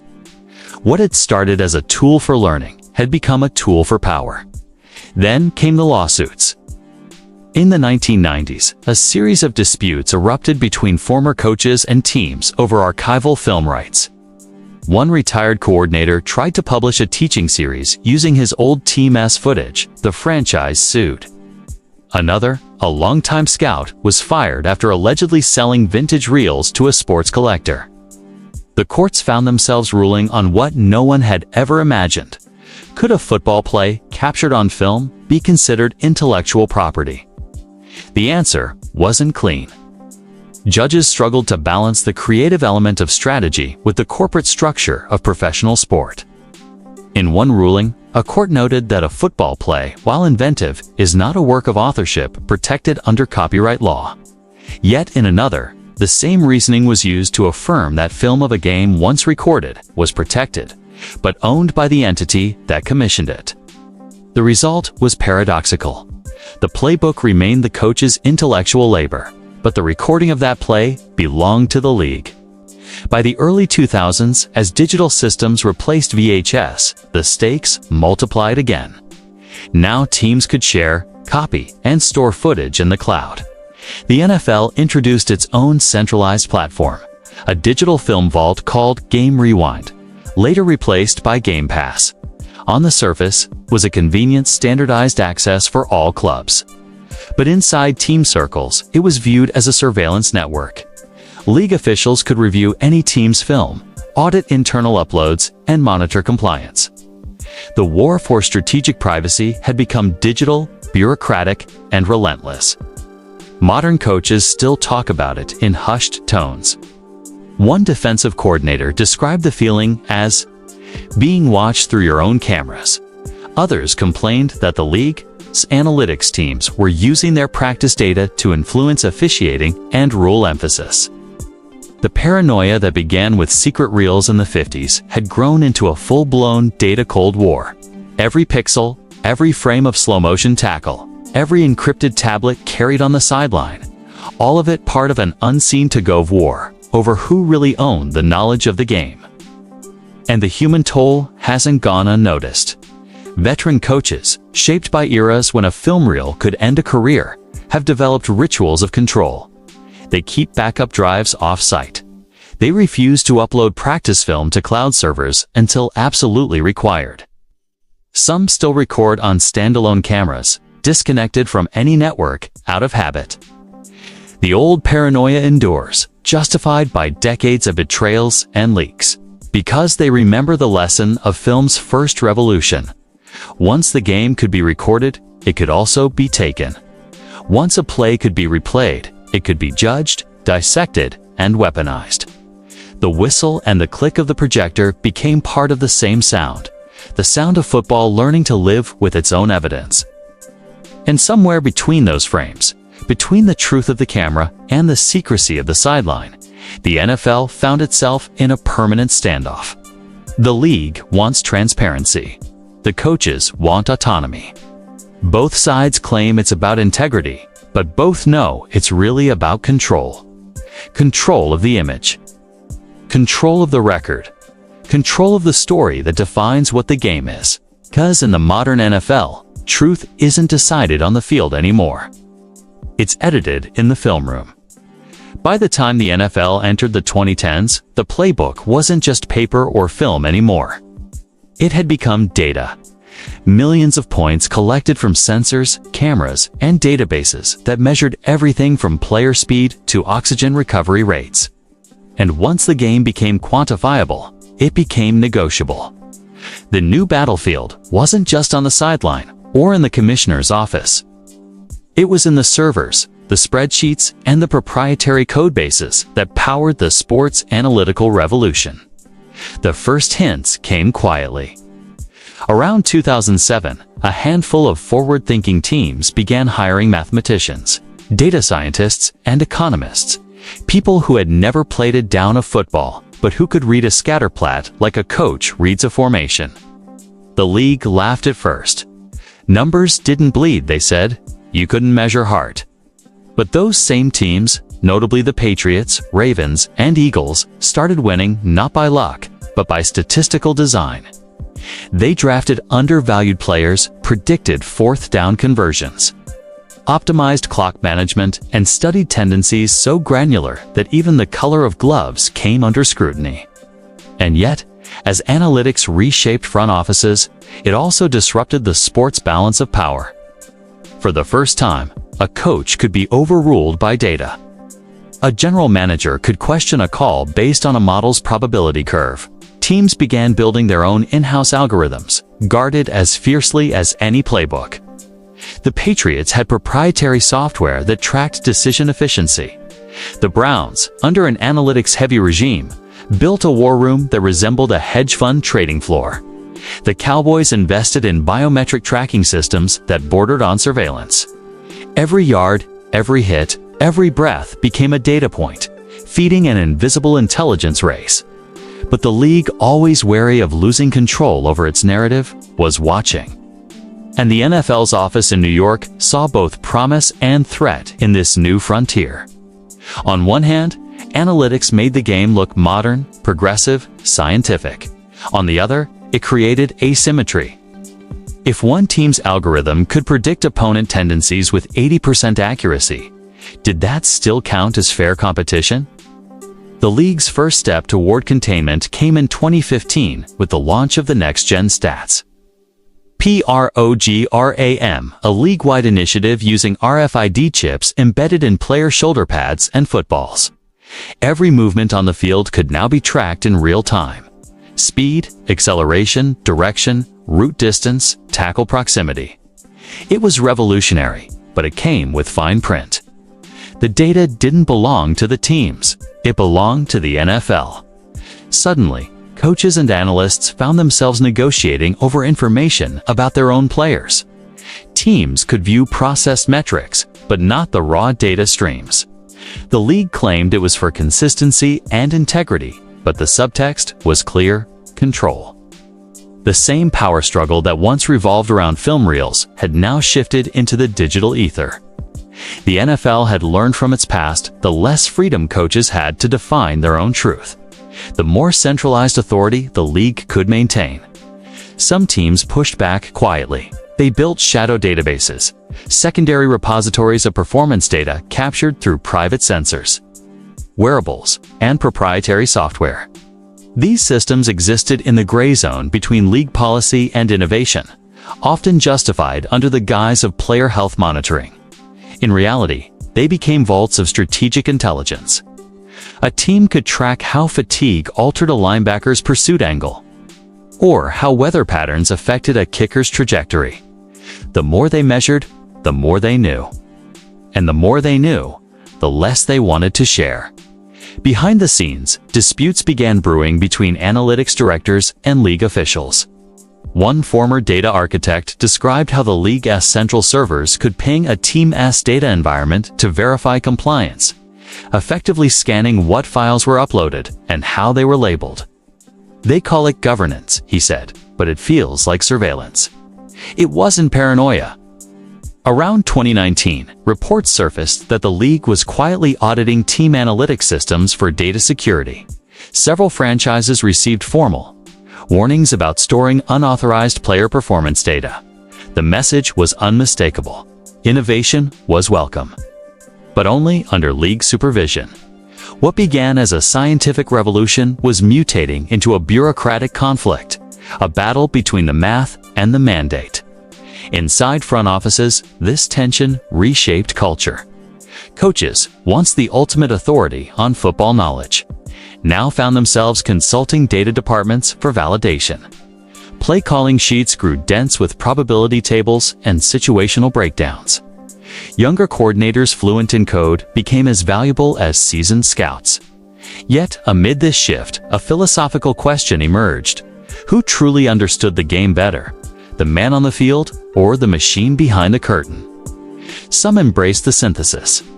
John Harbaugh's Ravens became known for aggressive fourth-down decisions rooted in analytics. Doug Peterson's Eagles leaned into probability models during their Super Bowl run, but others rejected it outright. Old-school coaches complained that analytics didn't feel the pulse of the game. They, ASUS, used the league of encouraging robotic decision-making, sterile statistical football stripped of intuition and soul. Still, data kept winning. Teams that used analytics well tended to outperform those that didn't. Margins of victory could be traced back to decimal points, not emotions.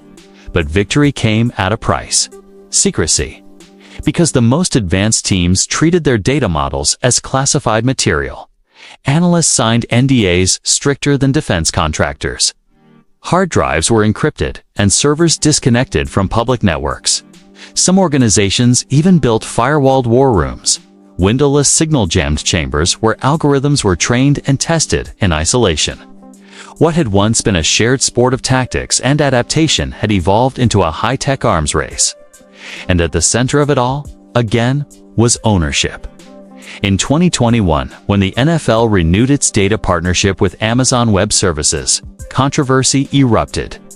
AWS would now process and analyze all next-gen stats data, effectively giving a third-party tech giant unprecedented insight into every player's movement and performance.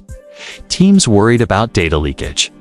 Coaches feared that proprietary metrics could be reverse-engineered. A few even suspected that the league's officiating emphasis from roughing the passer to illegal contact was being influenced by aggregated analytics trends. When one coach asked publicly if the NFL was using our own data against us, it didn't sound conspiratorial anymore. It sounded like history repeating itself, because the battle lines hadn't changed, only the weapons had. Where once it was chalk and film, now it was code and cloud storage. Where once the question was, who owns the playbook? Now it was, who owns the algorithm? Meanwhile, analytics began reshaping player contracts. Agents used data to negotiate. Franchises used it to deny.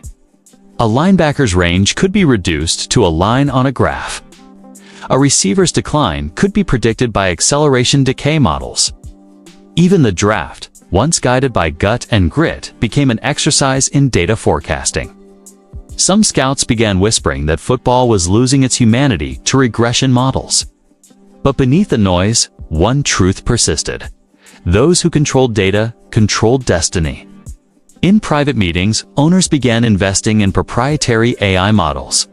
Some franchises collaborated with universities or defense contractors to build predictive systems capable of simulating entire games. These models could project outcomes based on line shifts, weather, or even crowd noise decibel levels. The level of sophistication rivaled financial trading algorithms, and in some cases, used the same underlying code. The league, of course, took notice. By 2023, the NFL introduced new data governance standards, effectively mandating transparency in how teams used internal analytics. Teams had to disclose all third-party vendors, software systems, and analytical methodologies to the league's technology office. On paper, it was a compliance measure. In practice, it was the league asserting ownership over the intellectual machinery that defined modern football. The irony was impossible to miss. The NFL had once outlawed formations and banned deceptive tactics to maintain fairness. Now, it was doing the same with code. Algorithmic creativity was being policed, just like the hidden shifts and motions of the 1940s. Only now, instead of referees, it was auditors and cybersecurity consultants calling the flags. And so, the war persisted, but quieter, colder, more mathematical. Today, the most guarded secrets in the NFL aren't in playbooks or locker rooms. They're in encrypted databases, proprietary models, and machine learning architectures buried beneath layers of digital protection. They decide which plays are called, which players get drafted, and which teams find success before the season even begins. And for all the talk of fairness, the truth remains. The league and its teams are still fighting the same ancient battle, only now, instead of lines on paper, it's lines of code. The modern coach's whisper isn't "don't tell them that," it's "don't upload that file." Because every byte, every dataset, every algorithm is another move in an invisible chess match, one the fans will never see, but that defines the future of the sport. The war for football's soul has gone digital. And once again, the question hangs in the air, unresolved and electric. Who owns the truth of the game? The minds who create it, or the machine that records it? It started, as most scandals do, with something that wasn't supposed to be seen. In September 2007, a single cameraman stood on the sideline of a crowded stadium in East Rutherford, holding a video recorder. The Patriots were playing the Jets, and at first glance, nothing about it seemed suspicious. NFL teams filmed everything: practices, games, walkthroughs, film sessions, 1,000 hours of footage every week. But this wasn't ordinary documentation. This was a lens aimed not at the field, but at the sideline across from it, at the Jets' defensive coaches, their hand signals, their coded gestures, their calls. That footage would ignite one of the most controversial scandals in modern sports history. It would become a blueprint for how the league handles secrecy, espionage, and reputation. They called it Spygate, and its shockwaves are still felt to this day. The league's official line was clear. New England had violated policy by filming another team's signals from an unauthorized location. But the truth, as always in the NFL, was layered. Signal stealing had existed as long as the sport itself. Every team had done it in some form, decoding signs, recording tendencies, charting patterns from the press box. It wasn't the act that broke the code, it was how it was done. And that's where Spygate became more than a scandal. It became a template, because beneath the headlines, beneath the fines and suspensions, the real story was about power, about who gets to see what, about who controls the truth of competition. When the NFL investigated, the findings were handled quietly. Commissioner Roger Goodell moved quickly, finding head coach Bill Belichick $500,000, the largest fine ever issued to a coach, and docking the Patriots a first-round draft pick. On paper, justice was swift. But off paper, questions began to multiply. What exactly had been filmed? How long had it been happening? How many games or even seasons had been influenced by it? And, perhaps most importantly, what else did the league know? Those answers, the public never fully got. According to internal memos later leaked to the press, the Patriots had recorded opponents' signals going back several years. Reports claimed that NFL security confiscated dozens of tapes and files from the team's facility in Foxborough. But instead of archiving them as evidence, the league destroyed them, burned them. The explanation was that no purpose would be served by retaining the materials. In other words, case closed permanently. The decision sent a message that rippled through every front office in the league. Secrecy protected the shield. Transparency could destroy it. That's when the Spygate template began to take shape, not as an isolated event, but as a doctrine. It established how modern football would handle its hidden wars: contain, punish, erase, protect the spectacle, even if it meant burying the truth. For coaches, the lesson was simple: innovation and subterfuge live on a knife's edge. Step 1 inch too far, and the same system that once praised your ingenuity will turn on you. For the league, the message was even clearer. When scandal threatens legitimacy, narrative control is survival. But beneath the corporate statements and PR firewalls, the moral questions never went away. Because at its heart, Spygate wasn't about cheating, it was about information. What counts as fair intelligence in a game built on deception? Is it wrong to decode signals if they're visible to the naked eye? Is it unethical to document what any observer could witness live? Bill Belichick himself argued that interpretation, not observation, was the essence of coaching. "We're always trying to decode tendencies," he said. "That's football." But the league disagreed, drawing an invisible line, one that would forever shape how intelligence could be gathered in the NFL. In reality, teams continued to push that boundary. They always do. Spygate didn't end espionage. It institutionalized it. Teams became more careful, more creative, more covert. Code words replaced hand signals. Communication systems became encrypted.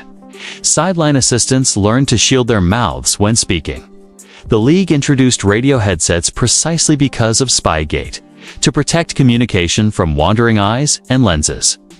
And yet, even as the league hardened its defenses, its enforcement exposed its vulnerability. Because when the scandal resurfaced in 2015, under the shadow of Deflategate, old ghosts came back to life. Congressional inquiries, leaked documents, and investigative journalism all revived the same haunting question. What else did the NFL destroy to protect itself? Some journalists argued that Spygate was never truly about rules. It was about image. The Patriots were the league's dynasty, its crown jewel. Exposing the full depth of their methods might have damaged not just a franchise, but the brand itself. In that sense, the NFL was protecting more than competitive integrity. It was preserving myth. And that myth, that the game is pure, honest, and fair, is the currency that keeps the machine running. In the years since, every major controversy involving surveillance or stolen information has been filtered through the Spygate lens. From the Saints Bountygate scandal to questions around electronic interference and unauthorized film access, the precedent has remained the same. Internal investigation, swift penalties, selective transparency. It is the modern version of the league's oldest playbook. Control the flow of information, define the narrative, and never let the machinery behind the curtain become visible. But behind closed doors, the effects were deeper than anyone admitted publicly. Spygate didn't just alter the relationship between the Patriots and the NFL. It changed how every team viewed trust. One AFC general manager later said, "After that, we all assumed someone was watching." Teams began implementing internal counterintelligence. Protocols guards stationed near practice fields, drones banned from nearby airspace, Wi-Fi networks encrypted. The paranoia spread like wildfire. Even today, the remnants linger. Some organizations still maintain decoy practices, rehearsing false formations in public sessions just to mislead potential observers. Coaches meet in windowless rooms or speak in code on the phone. The culture of secrecy that Spygate exposed didn't fade away.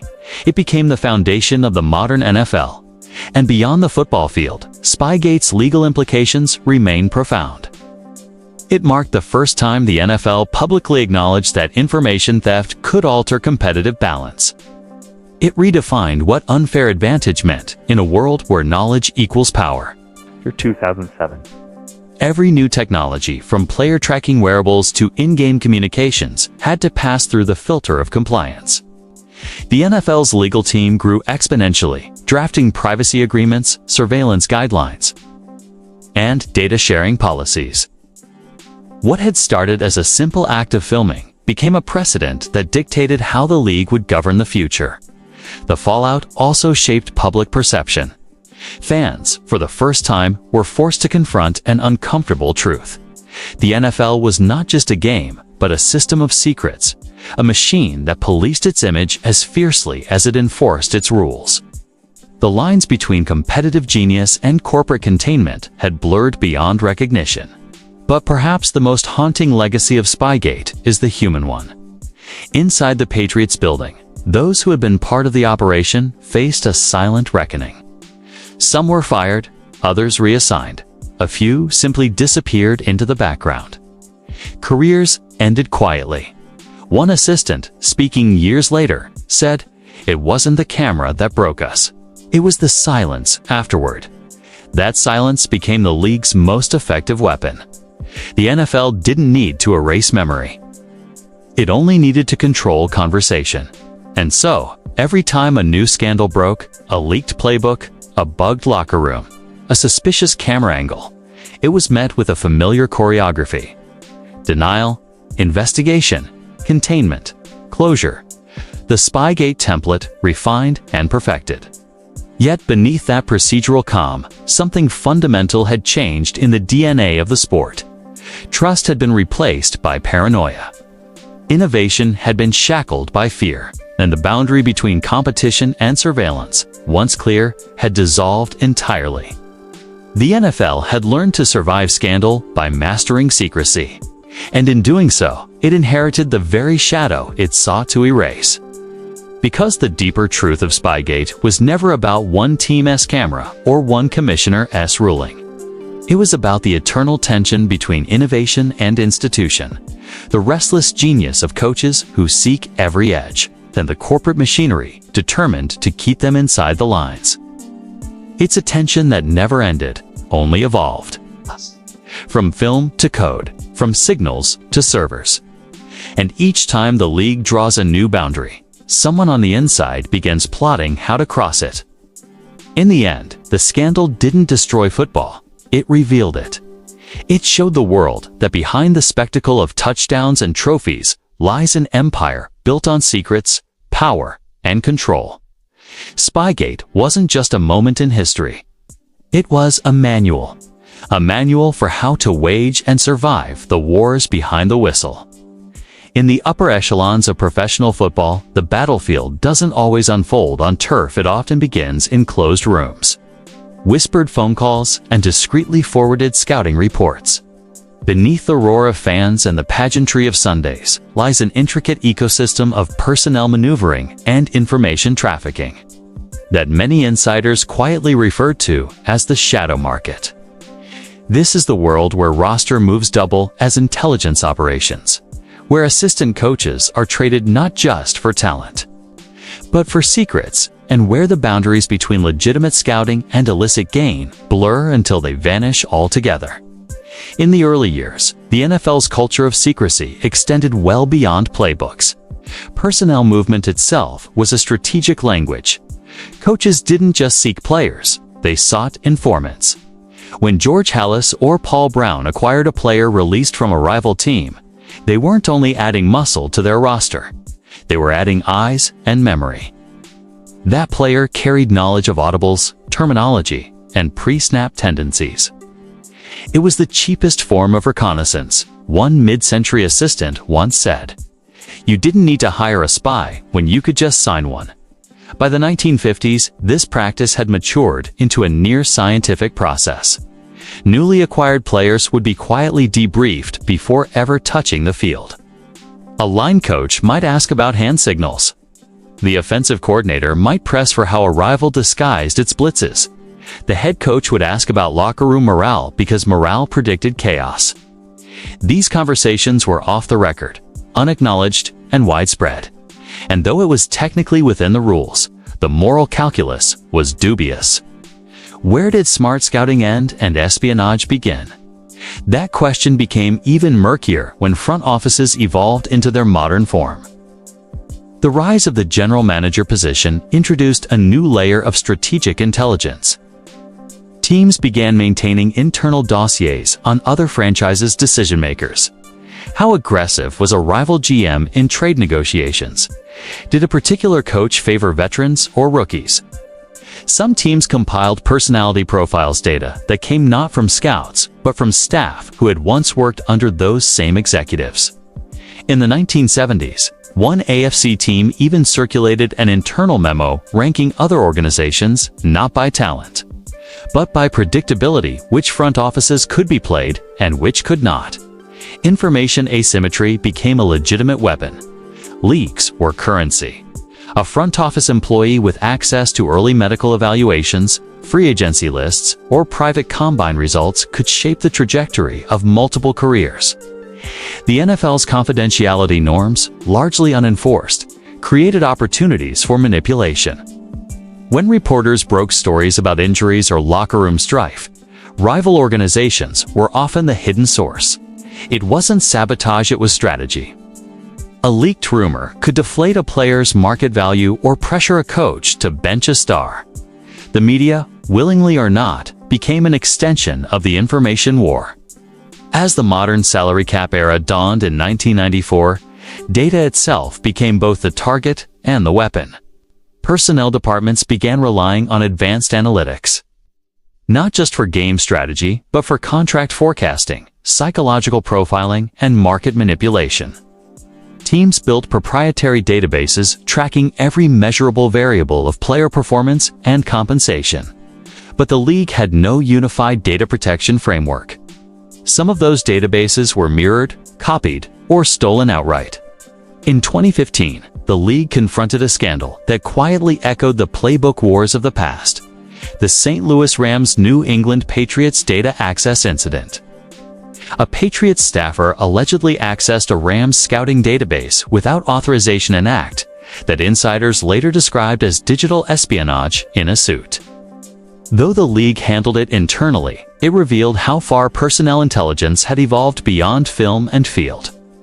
Behind closed doors, the recruitment of coaches and executives became another gray zone. Hiring wasn't just about competence, it was about access. When a coordinator left one franchise for another, they brought not only tactical frameworks, but personnel insights: who was overpaid, who was injury-prone, which players were emotionally volatile. These insights shaped drafts and trade deadlines. One NFC West executive once joked, "Hiring a coordinator is like acquiring 10,000 hours of surveillance footage edits, all in his head."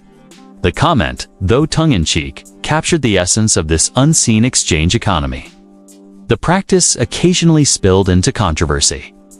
In 2003, when a defensive assistant left a playoff-bound team for a division rival, accusations surfaced that he had taken internal player evaluations with him-printed reports detailing psychological tests, family histories, and off-field conduct. No legal action followed, but it set a precedent for the term personnel theft. In an era when NFL franchises were valued in the billions, those reports represented intellectual property as much as spreadsheets or play diagrams. The league quietly began reminding teams to secure digital files and track access logs, effectively acknowledging that espionage was no longer just an ethical concern, it was a financial liability. At the heart of these battles lies a paradox. The NFL markets parity, yet its competitive economy rewards those who know the most. Every edge, no matter how small, can decide careers. The scouting combine, originally designed as a centralized, fair process, has long been shadowed by private medical rechecks and secret workouts. Teams host closed-door meetings with players under the guise of informal interviews to extract data other teams can access. By 2010, data privacy in the NFL had become a billion-dollar question, one largely ungoverned by the league itself. Then came the rise of private analytics firms. As technology advanced, third-party companies began selling predictive models, biometric tracking systems, and AI-assisted draft boards to franchises. Yet these same firms often worked with multiple clients simultaneously, creating the potential for cross-contamination. When one analytics vendor was accused of selling derivative insights to competing team statistical algorithms trained on another club's proprietary data, the league intervened quietly. No fines were issued, but NDAs were rewritten and several contracts terminated. The message was implicit. The frontier of intelligence gathering had shifted from clipboard to code. This digitalization only deepened the divide between the league's rhetoric and its reality. Officially, the NFL insists on fairness. Unofficially, it thrives on secrecy. Every team now employs a data protection officer. Every team encrypts its scouting files. Yet every draft season still brings whispers about who hacked whose server, who leaked whose draft board, who knew about whose medical condition. The culture remains unchanged because the incentives remain the same. Information is power, and power wins games. The irony is that while the league regulates player celebrations, uniform codes, and even social media conduct, it has never successfully policed its own internal intelligence trade. Why? because the offenders are often the very architects of the sport's success. Coaches who push boundaries become legends. Front offices that exploit loopholes become dynasties. The system's flaws are the same forces that sustain its drama. To ban the gray zones would be to sterilize the competition itself. Still, the moral cost is profound. Former players describe feeling commodified twice, first as athletes, then as data. Their combined results, psychological tests, even biometric readings circulate in digital markets they have no control over. Agents talk of information laundering, how teams share data under the guise of collaboration, but use it to manipulate negotiations. And behind every headline-grabbing scandal lies an invisible infrastructure. Analysts, interns, scouts, and IT professionals who make the invisible visible, who know exactly how fragile the boundary between fair play and foul really is. The intelligence wars have even extended into ownership circles. In the age of multi-billion-dollar franchises, leaks can affect stock prices, municipal bond negotiations, and stadium deals. When a confidential relocation memo or ownership meeting transcript surfaces in the press, the source is rarely random. More often than not, it's a calculated move by one faction to weaken another, proof that the playbook wars now extend to boardrooms as much as locker rooms. Information is leverage. Leverage is dominance. So when we talk about insider trading in football, it's not about Wall Street, it's about the thin line between scouting and spying, between insight and intrusion. The NFL has always been a mirror of American capitalism, ruthless, brilliant, self-justifying. And nowhere is that clearer than in how it handles information. It hoards, it manipulates, and it monetizes. The field is only half the contest. The rest happens behind the curtain, where power isn't measured in yards, but in what you know before anyone else does. The personnel wars reveal something larger about the league's soul. Every regulation, every moral stance, every rule on competitive balance conceals a more ancient truth. Secrecy has always been the engine of innovation. The NFL's hidden playbook wars didn't end when the film stopped rolling or when analytics took over. They simply evolved. The spies became executives, the scouts became data scientists, and the stakes multiplied. And somewhere, right now, in a dimly lit draft room or a quiet analytics lab, another act of information warfare is unfolding. Another stolen insight. Another quiet betrayal. Another invisible advantage waiting to become the next controversy. In football's most elite circles, the game never really ends. It just changes form. If you want to understand how power truly moves inside the NFL, don't look at the sidelines or the locker rooms. Look at the owners' boxes. The glass suites overlooking the field aren't just luxury seats. They're command centers in the sport's ongoing war between creativity and control. Behind the tinted glass, billionaires chart the moral geography of the game, deciding which innovations to punish, which to tolerate, and which to quietly adopt once the outcry fades. Coaches may craft playbooks, but it's the owners who determine which of those plays can legally exist. Every major enforcement story in NFL history begins and ends with money. The league's disciplinary system, while wrapped in the language of fairness and integrity, is deeply intertwined with economics. Fines are the visible part of it, official proof that the league has standards, but beneath those public reprimands lies a subtler network of selective enforcement, politics, and influence. When a small market coach bends a rule, it's often branded as cheating. When a flagship franchise does the same, it's innovation. The difference isn't moral, it's financial. This selective morality dates back to the league's earliest decades. In the 1930s and 40s, when the NFL was still a patchwork of regional teams fighting for legitimacy, owners like George Preston Marshall and Tim Mara treated the rulebook as a negotiation, not a doctrine. Marshall, owner of Washington, famously lobbied for rule changes that benefited his team's offensive system, then resisted those same changes when rivals exploited them better. The league's first competition committees were effectively bargaining tables where owners leveraged technical arguments to protect investments. A rule about blocking techniques wasn't just about safety. It was about who could afford to recruit heavier linemen. The deeper truth is that enforcement follows revenue. The NFL, by design, protects its economic image above all else. When the 1960s brought television money into the equation, the league's attitude toward innovation hardened. Anything that threatened predictability, whether it was a radical offensive system, an unorthodox formation, or even a sideline camera, was seen as a risk to the product's integrity. The league didn't fear cheating. It feared chaos. And chaos was bad for business. So, while the rules evolved, their enforcement increasingly reflected brand management, not competitive purity. Take the case of the 1978 offensive revolution. As passing offenses exploded under the likes of Bill Walsh and Don Coryell, defensive coordinators scrambled for ways to adapt. Some resorted to illegal contact, bumping receivers beyond the 5-yard limit, daring referees to call it. When the league cracked down, it wasn't because of fairness, it was because fans loved high-scoring games. Offense sold tickets. Offense sold commercials. Offense protected television deals. The rulebook became a business strategy disguised as ethics.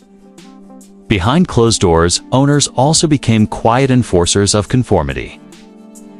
When a coach introduced a strategy that made other teams look outdated, or when a smaller market team gained a technological edge, the ownership block would move to restore balance. Sometimes that meant calling for rule clarification. Sometimes it meant pressuring the commissioner to set an example. And sometimes it meant using the league's opaque fine system to send a message. Those fines, nominally about discipline, became tools of control. Coaches were fined for sideline conduct, equipment violations, or unauthorized communication devices, but the severity often depended on who they were and who they worked for. An anonymous assistant once described it as a tax for stepping out of line. Everyone paid it eventually. What mattered was whether you could afford to. Wealthy ownership groups viewed fines as cost of business, while cash-strapped franchises saw them as deterrents. The rules, therefore, were never evenly applied. They were economically filtered. By the late 1980s, as league revenues skyrocketed, the commissioner's office took on the role of public moral arbiter, but the owners remained its invisible architects.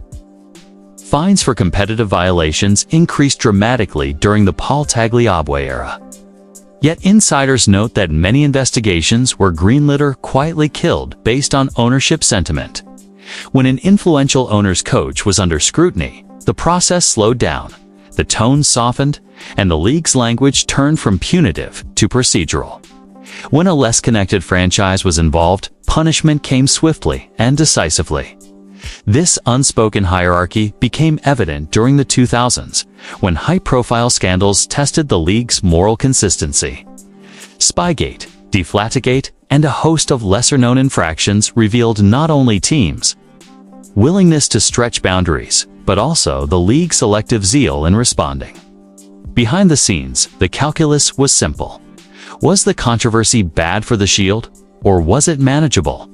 Was the team involved essential to the league's global brand? The answers dictated the outcome long before any evidence was reviewed. The deeper pattern emerges in the league's competition committees, ostensibly democratic, but often dominated by a handful of powerful owners. These committees decide how innovation is framed, as progress or as a problem. When analytics departments began altering how teams approached fourth downs, some owners pushed to regulate sideline data access. When player tracking technology advanced too quickly for older executives to understand, committees debated its integrity implications. The language of ethics masked a fear of disruption. Every new tactic or technology threatened the existing order, and the existing order was worth billions. The relationship between owners and coaches, meanwhile, is one of alternating protection and betrayal. A winning coach might enjoy a shield of influence, his infractions overlooked in service of profit. But the moment his team falters or his innovation threatens the league's balance of power, that shield disappears. Enforcement becomes retroactive justice. Suddenly, film is re-examined, communications are audited, anonymous leaks surface. The same rule infractions that were tolerated for years become the basis for suspension. The message is clear. In the NFL's political economy, your freedom lasts only as long as your profitability. This dynamic explains why certain rule interpretations linger in gray zones for decades. The tuck rule, the catch definition. Even modern concussion protocols all evolved, not simply from safety or fairness concerns, but from ownership consensus.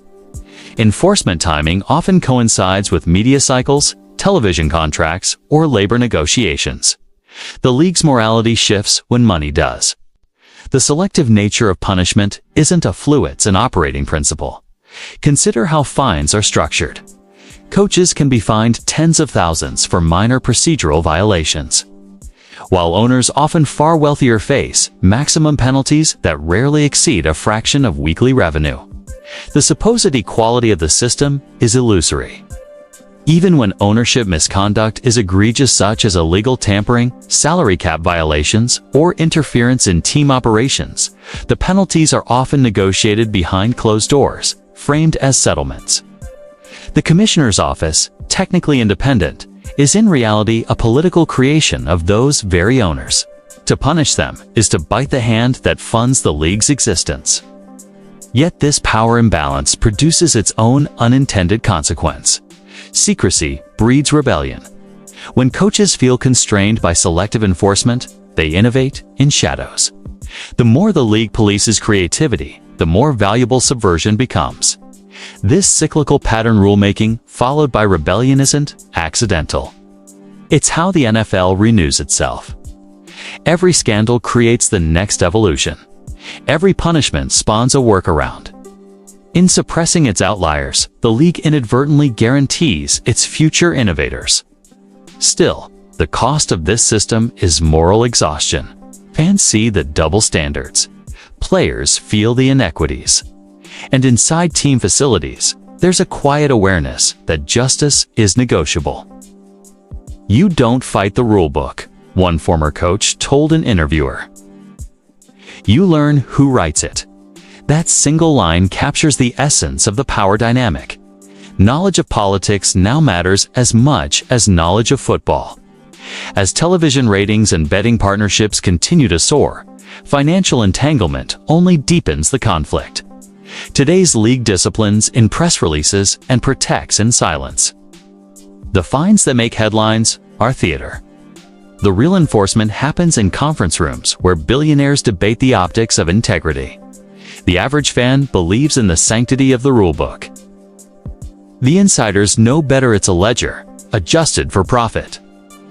Ultimately, the NFL's system of selective enforcement mirrors the broader American paradox it thrives within. Capitalism masked as morality. Owners project stability, commissioners preach ethics, and coaches improvise beneath them, each trying to survive the next cycle of scrutiny. The question I ascend whether enforcement is fair, it never was, but whether it serves the story the league needs to tell about itself. And in that story, rule enforcement is not the pursuit of justice, it's the choreography of power. Each fine, each public statement, each policy revision is a performance designed to reassure the audience that order exists even as the real decisions are made in smoke-filled boardrooms high above the field. Because, in the NFL, fairness isn't what sustains the game. Money does. And those who control the money control the rules. In football, silence is tradition. You keep the secrets of the locker room. You guard the signals, the play calls, the private conversations behind closed doors. You don't talk to the media, and you certainly don't talk to the league office unless you're told to. But in every era of the NFL's hidden playbook wars, there has been someone who broke that silence, someone who decided that the truth was worth more than allegiance. The game calls them whistleblowers. Inside the fraternity of coaches, they're often called something else: traitors. For every innovation that reshaped the field, There's been a coach or assistant who paid the price for telling the truth about how it was done. These weren't fame seekers or outsiders. Most were career insiders, men who'd spent decades perfecting the details of a sport that often devoured its own. But when they exposed how the league really worked, how information was traded, rules were bent, or systems were exploited, they became pariahs. Careers that took 30 years to build unraveled in 30 days. It's easy to romanticize whistleblowing, to frame it as moral courage. But in the NFL, where loyalty is currency and access is everything, the choice to speak is almost always an act of self-destruction. The league has no formal protections for coaching staff who reveal wrongdoing. Its private agreements and arbitration clauses ensure that disputes rarely reach public courtrooms. So when an assistant coach decides to step forward, he's not just risking a paycheck, he's forfeiting his identity, his brotherhood, his future in the game. Take the case of Tom Shaw, a name that never made national headlines, but whispered through coaching circles in the 1980s. Shaw was a low-profile video coordinator who stumbled onto a pattern. One rival team had been secretly trading practice film, captured illegally through a sideline camera positioned outside the league's approved zones. When Shaw reported it internally, his head coach told him to keep quiet. When he refused, he was fired within a week. The official reason was organizational restructuring. He never worked in the NFL again. Years later, his notes on the incident surfaced in an anonymous letter that reached the league office, but by then, the evidence was gone, the tapes destroyed. Shaw's story became a cautionary tale told quietly among support staff. Don TB, the guy who talks. That fear defines the moral architecture of professional football. Coaches preach accountability to players, but within their own ranks, secrecy is survival. Assistants often know more than the public ever will about stolen signals, hidden technology, or backdoor deals between ownership and league executives. Yet to reveal any of it would mean professional exile. The culture doesn't reward transparency. It rewards discretion. Even the rare whistleblowers who do come forward often do so indirectly, leaking information to journalists or investigators under condition of anonymity. A handful of major scandals, Spygate, Bountygate, and the misuse of team medical records only came to light because someone inside couldn't stomach the weight of silence. But even then, the league's reaction wasn't gratitude. It was containment. Each time, the message from the top was clear. Handle it quietly, punish the symptom, preserve the system. What makes these decisions so tragic is that the individuals who break ranks often share the same reverence for the game as those they expose. They aren't trying to destroy football, they're trying to save it from itself. Yet once they cross that invisible line, they're marked as dangerous. Their reputations become distorted in the press. Former colleagues stop returning calls. The NFL doesn't blacklist openly. It simply forgets you exist.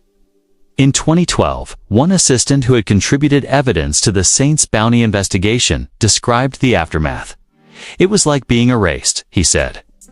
You lose your job, your phone goes quiet, and suddenly nobody knows your name. You walk into a high school weight room, and even there, someone asks, "Weren't you that guy who talked?" He paused. In football, nobody forgives the guy who talks. The league's public position on ethics is paradoxical.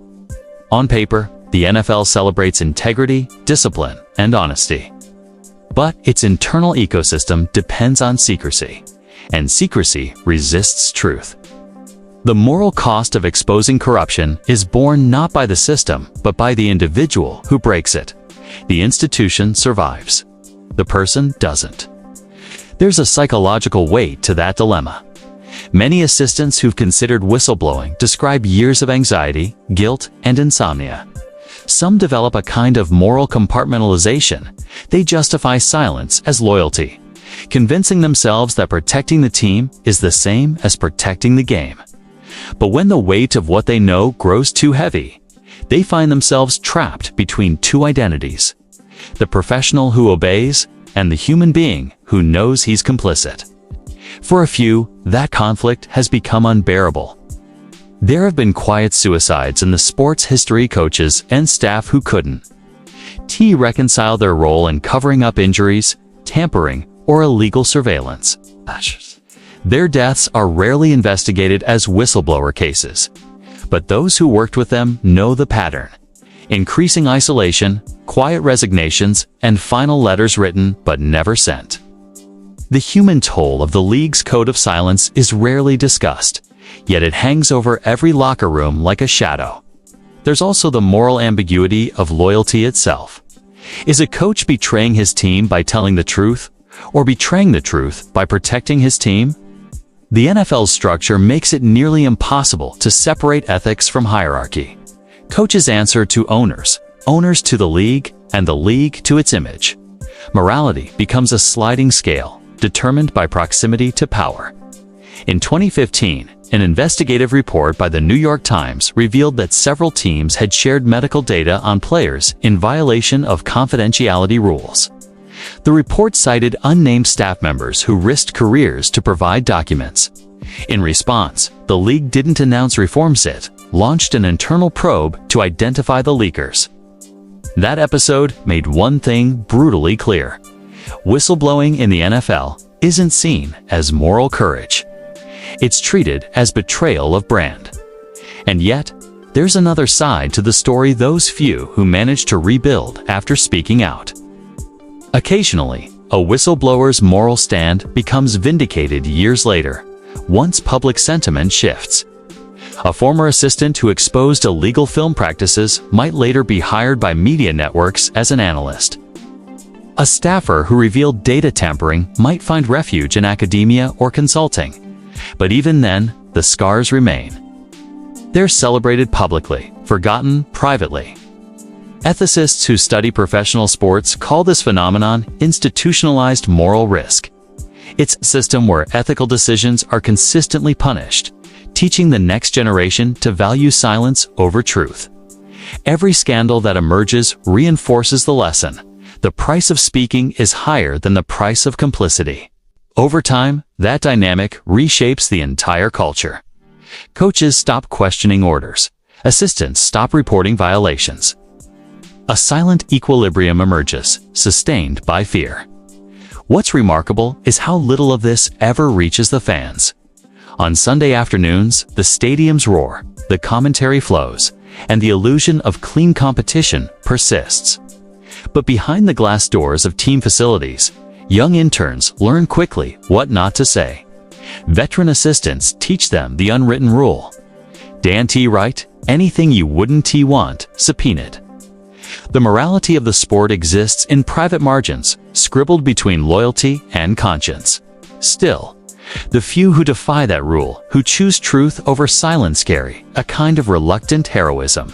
They're reminders that even in the most controlled environments, the human instinct to tell the truth never completely dies. Every time one of them steps forward, they expose not just a violation, but the deeper contradiction of the league itself. An organization that markets integrity, yet punishes honesty. In the end, the moral risk of whistleblowing in the NFL isn't just about what S lost S about what it reveals. It shows that beneath the glamour of professional sport lies a fragile moral architecture, held together by fear and ambition. The whistleblower's tragedy is that he sees that architecture too clearly. He knows that telling the truth will destroy him, and still, something inside him demands to be heard. And so, the game continues. Coaches script plays. Owners manage optics. The league enforces its order. But every so often, a voice cuts through the noise, quiet. Shaking voice that says, "This isn't right." That voice is rarely rewarded. More often, it's erased. But without it, the illusion would never crack. Without it, the truth would never surface. Because every empire, no matter how loud its spectacle, relies on silence to survive. And in the NFL, silence is the most valuable play of all.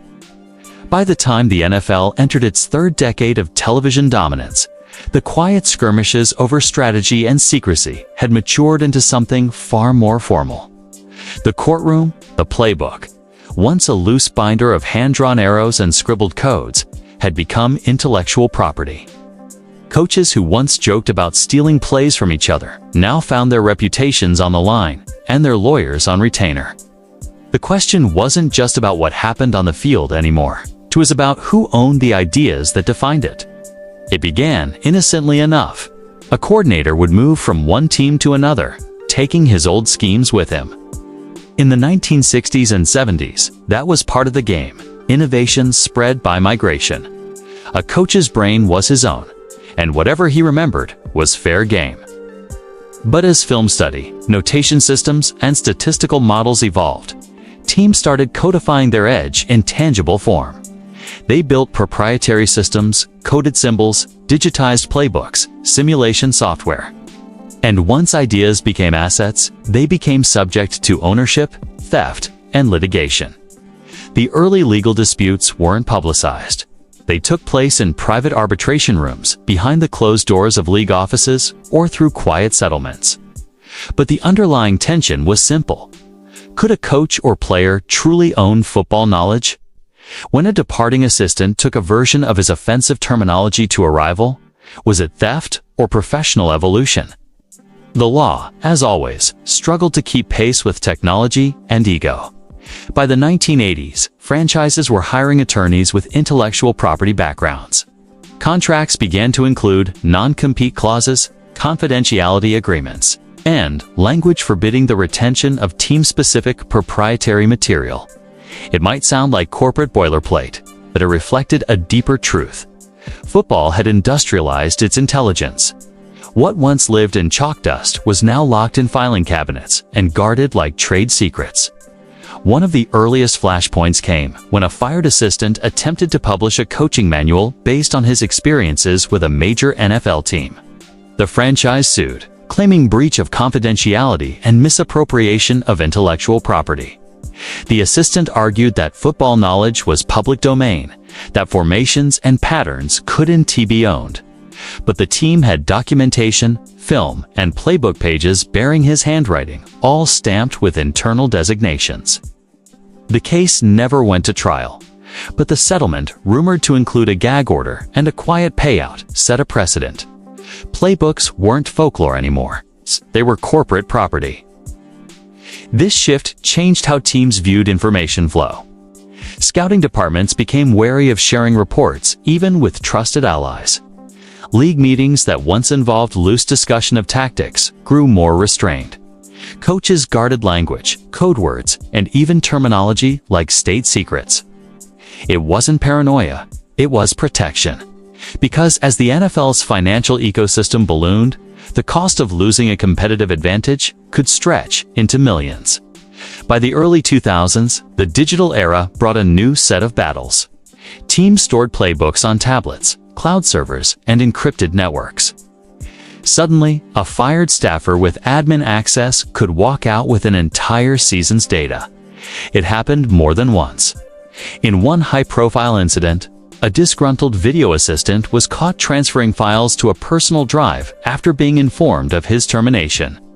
The ensuing legal fight centered on whether he had violated the Computer Fraud and Abuse Act, a law never intended for football, but now stretched to fit the modern NFL's reality. And then came the lawsuits between teams. These were rare and delicate because every public filing risked airing the league's internal secrets. Yet, as money deepened its roots, even cooperation had limits. A notable case involved a coaching staff accused of replicating a rival's proprietary scouting algorithm after hiring several of its analysts. The team argued that the model was built using internal data and custom weighting formulas. The defendants countered that statistical models by nature drew from public principles. But discovery revealed something damning: identical internal variable names and code strings appearing in both systems. The settlement that followed led the NFL to formalize data governance policies and create a framework for intellectual property containment among franchises. Still, for every resolved case, there were dozens of gray zones. When a quarterback traded teams, could he share hand signal knowledge? When a defensive coordinator left, Could he retain copies of film for personal study? The league's collective bargaining agreements tried to draw lines, but the sports culture built on competition and secrecy made enforcement inconsistent. Some of the most fascinating courtroom battles were between rival teams, but between individuals and the league itself. Consider the case of a data consultant who sued an NFL club for allegedly using his proprietary tracking system without full compensation. The consultant had built a custom player movement model using RFID data, pitching it as a contract service. After the pilot, the team declined to renew the deal, but months later, the same methodology appeared in its analytics department. The ensuing suit revealed how easily innovation could be absorbed and rebranded in a billion-dollar ecosystem that rewarded results over authorship. The public rarely saw these fights, but they shaped the league's modern infrastructure. Every non-disclosure agreement, every employee handbook clause, every digital rights policy, they all trace back to moments when strategy met statute. And as these disputes grew more complex, they began influencing the very culture of coaching. Some head coaches, especially those from older generations, resented this legal turn. They came from an era where knowledge was communal, passed down, borrowed, stolen, and reimagined without lawyers hovering nearby. For them, football was an art form, not a brand asset. Others embraced the change, seeing it as a natural evolution of a professionalized, multi-billion-dollar sport. If corporations could own algorithms, why couldn't teams own the intellectual DNA of their success? Yet the danger of this mindset became apparent when lawsuits began targeting people rather than ideas. One former scout found himself blacklisted after being accused of leaking confidential grading systems. He denied the charges, claiming the methods were his own, the product of decades in the industry. But the accusation alone was enough to ruin his career. When every spreadsheet could be classified as proprietary, loyalty became a liability. The line between fair use and corporate control blurred further when retired coaches began selling their old playbooks to collectors. Some were photocopies, others original binders from championship seasons. The memorabilia market saw them as history. The teams saw them as theft. Legal letters flew, demanding the return or destruction of materials decades old. The argument, absurd on the surface, cut to the heart of the modern NFL's contradiction. A sport built on legacy, now policing its own past like a corporation guarding patents. The irony was that all this control rarely stopped innovation. Coaches still borrowed, adapted, and reinvented. Strategies evolved faster than lawsuits could track them. But the chilling effect was real. Assistants became cautious about sharing ideas outside their organizations. Seminars and clinics grew sanitized, stripped of the experimental spirit that once defined them. Some argued that the league's obsession with intellectual property mirrored its off-field corporate priorities: image management, sponsorship protection, brand discipline. Football's legal architecture had become an extension of its media empire, where control equaled stability. But others saw it differently, as proof of how far the sport had come from its rough, improvisational origins. The game that began in mud and smoke now lived in courtrooms and conference calls. Every lawsuit, every cease and desist letter carried the same unspoken fear that one team's advantage could become another's scandal. And as those fears grew, so did the paperwork. Coaches spent almost as much time signing legal documents as they did studying opponents. The playbook wasn't just a tactical weapon anymore. It was a liability document.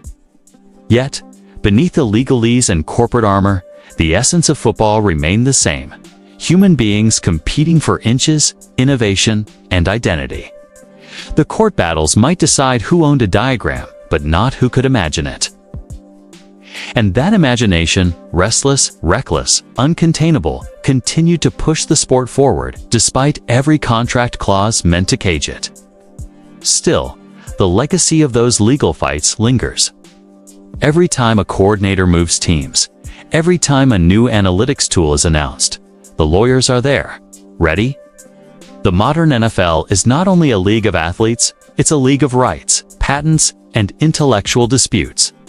And somewhere between the sideline and the courtroom, the game found its uneasy balance: freedom to innovate, bound by fear of litigation. It's the price of success in an empire built on secrets, a reminder that the future of football strategy doesn't just unfold on the field, but in the fine print. By the time the NFL crossed into the 2020s, the field of play extended far beyond turf and stadium lights. The battles that once played out in locker rooms, on sidelines, and inside meeting rooms had migrated into the invisible world of servers, clouds, and code. The game's intellectual property, its analytics, playbooks, scouting data, and player biometrics was now stored in digital vaults. But as every security expert knows, any vault can be breached. The league that once worried about stolen signals now feared stolen systems. This transformation wasn't gradual, it was seismic. The rise of data analytics, GPS tracking, and real-time performance monitoring produced what franchises began calling data lakes.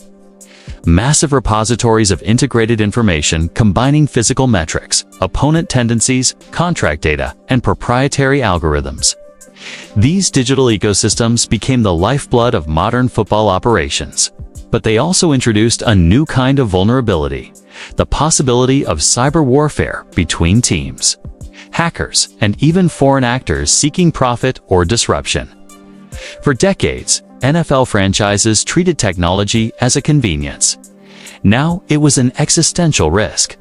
A coach's laminated play sheet could be lost or stolen, but an unsecured server could leak years of research in a single breach. As front offices raced to digitize, some ignored the darker implications. Passwords remained weak, laptops went unencrypted, and staff accessed systems from public Wi-Fi in hotels during road games. For hackers, the opportunity was irresistible. The first known cyber incidents were almost comical in hindsight: misdirected emails, file leaks from unsecured Google Drives, coaches mistakenly sharing sensitive play diagrams on shared cloud folders. But as the sport's digital profile grew, so did the stakes. Teams began to experience targeted phishing attacks that mirrored the sophistication of corporate espionage. Emails designed to look like league memos asked for credential resets or shared urgent video files. Within minutes of opening, entire systems could be compromised. A defining moment came when a high-profile team discovered that its internal analytics model had been accessed by an outside IP address traced to another NFL city. The media never got the full story officially. It was a technical irregularity, but insiders knew it was more. The team's data scientists had built a proprietary player valuation model using machine learning, blending scouting grades, physical data, and contract projections. That model disappeared overnight. Weeks later, their division rivals started using eerily similar valuation language in its public comments and draft strategy. The fallout was swift. The league initiated a quiet investigation, hiring digital forensics experts to trace the breach. The conclusion was politically safe. No conclusive evidence of malice. But the private response was different. Teams began fortifying their digital perimeters, hiring full-time cybersecurity directors, and encrypting playbook distribution systems. Some franchises even installed air-gapped server systems physically isolated from the internet to house their most sensitive analytics. The digital arms race had begun. Technology vendors, once afterthoughts in the sports world, suddenly became strategic partners. Cloud providers pitched themselves as secure hosts for video analysis, practice film, and injury data. Startups specializing in biometric tracking promised insights so detailed that they bordered on surveillance heart rates, stress levels, muscle fatigue patterns. Teams bought in, believing data was the new edge. But they rarely considered who owned that data or how it might be stolen. Players, too, became aware of the risks. The wearable tech they used: wristbands, GPS trackers. Smart vests generated millions of data points per game and practice. Much of it lived in cloud environments controlled not by the league, but by third-party vendors. when cybersecurity experts pointed out that an external breach could expose sensitive medical or performance data. The conversation turned from convenience to consent. Should a player's heart rhythm be a team's property? Should his acceleration metrics be open to analysis or negotiation leverage? One former team official later admitted that during contract talks, executives quietly referenced biometric data to argue a player was in physical decline. It wasn't public, but it was real. And it raised the question, what happens when your own body data becomes a bargaining chip? The vulnerabilities didn't stop at data privacy. Hackers discovered that breaking into a Team S system was on just about stealing information. It was about influence. Imagine a scouting department relying on cloud-hosted software to rank draft prospects. If an attacker subtly altered that data-tweaked scores, swapped rankings, the impact could ripple through an entire draft class. The potential for sabotage was enormous. For some franchises, the wake-up call came from outside football entirely. In 2017, when global ransomware attacks like WannaCry and NotPetya crippled corporate systems worldwide, the NFL quietly commissioned a cyber audit. The results were alarming. Multiple teams had unpatched servers, unencrypted email systems, and outdated firewalls. The report warned that digital continuity of operations is not guaranteed. In plain English, one breach could shut down a team's ability to function. In the years that followed, cybersecurity budgets skyrocketed. The league established a dedicated digital risk division to coordinate with franchises. Consultants ran simulated breach scenarios, red team operations to test how quickly teams could detect intrusions. Some organizations discovered their defensive tools were barely functional. Others realized their greatest weakness wasn't technicality, was human. Social engineering manipulating people rather than systems became the most common form of attack. A hacker posing as a player agent could call a front office assistant requesting a file. A fake update link could harvest credentials from a coach checking his phone at an airport. Even physical access wasn't off the table. There were documented instances of individuals tailgating into practice facilities using counterfeit credentials, plugging flash drives into exposed workstations, and vanishing. As these incidents mounted, teams began treating data like physical property, again locked down, cataloged, and monitored. The same paranoia that once fueled the surveillance scandals of the mid-2000s now found digital expression. Video rooms became controlled zones. Access logs were reviewed daily. Coaches were briefed on cyber hygiene alongside game plans. And yet, no system is perfect. In 2022, an unnamed team fell victim to a ransomware attack that temporarily froze its internal video library. The breach was contained, but not before critical game film was held hostage for over 48 hours. The hackers demanded cryptocurrency, so the team refused to pay. Instead, they rebuilt their video archive from backup tapes in operation that cost hundreds of thousands of dollars and weeks of lost preparation. It was the first time the concept of cyber downtime directly affected competitive readiness. From that moment, cybersecurity wasn't just an IT issue, but a football issue. Coaches began to understand that their digital environment was as much a battlefield as the line of scrimmage. Offensive and defensive coordinators worked under the assumption that anything networked could be intercepted. Analysts encrypted spreadsheets. Playbooks expired digitally after 48 hours. Tablets used during games were hardened with biometric locks. But the more secure the system, the greater the temptation to break it. Just as signal stealing had once defined eras past, the digital age spawned its own forms of espionage. Some teams hired data integrity analysts, a euphemism for specialists trained to detect anomalies that might signal outside interference. Others quietly monitored rival job postings and academic collaborations, trying to infer what technologies their opponents were investing in. Even the league itself entered a paradoxical position. It encouraged innovation while policing it. Every new analytics startup hoping to work with NFL teams had to undergo vetting, not just for accuracy, but for data, ethics, and security compliance. The bureaucracy grew, and with it, tension. Some coaches grumbled that creativity was dying under the weight of compliance. But others saw a new kind of frontier emerging: a digital chessboard, where intellect, not muscle, determines survival. And yet, beneath the software, passwords, and algorithms, the heart of the struggle remained timeless: trust. Coaches had to trust analysts. Teams had to trust their vendors. Players had to trust the league. And in an age where every bite could be copied, that trust was perpetually fragile.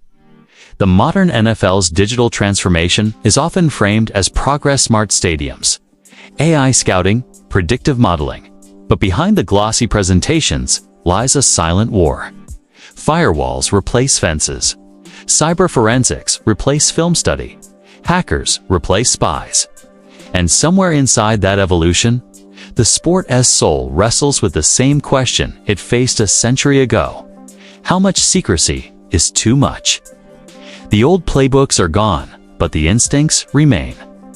Protect your edge, guard your knowledge, watch who's watching you. Only now, the watchers don't need binoculars, they just need a password. In the end, the modern digital battlefield is not about technology, it's about control. Control of data, narrative, advantage, and the fragile illusion of security. Football has always been a game of inches. Now, it's also a game of firewalls. And as long as victory depends on information, the war to protect it will never end. When the whistle blows and the roar fades into static, what remains isn't just the score. It's the residue of years spent in conflict between innovation and authority, trust and control, ambition and restraint. The wars that shaped the NFL's hidden playbook culture didn't end when the clock struck zero. They migrated into the daily lives of the men who fought them.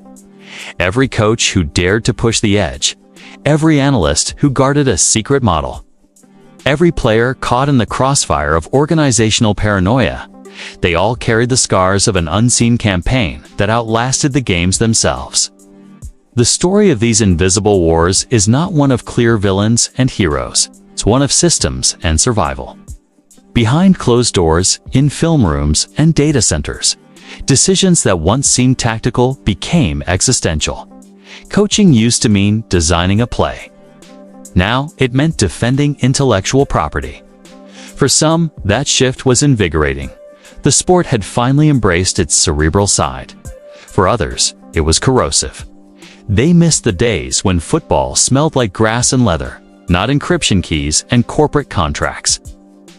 Consider the coaches who came of age during the transition from paper playbooks to digital tablets. Many of them were veterans of the analog era, men who once slept in offices surrounded by chalk dust, rewinding VHS tapes until the image blurred. When technology began to dominate, they adapted.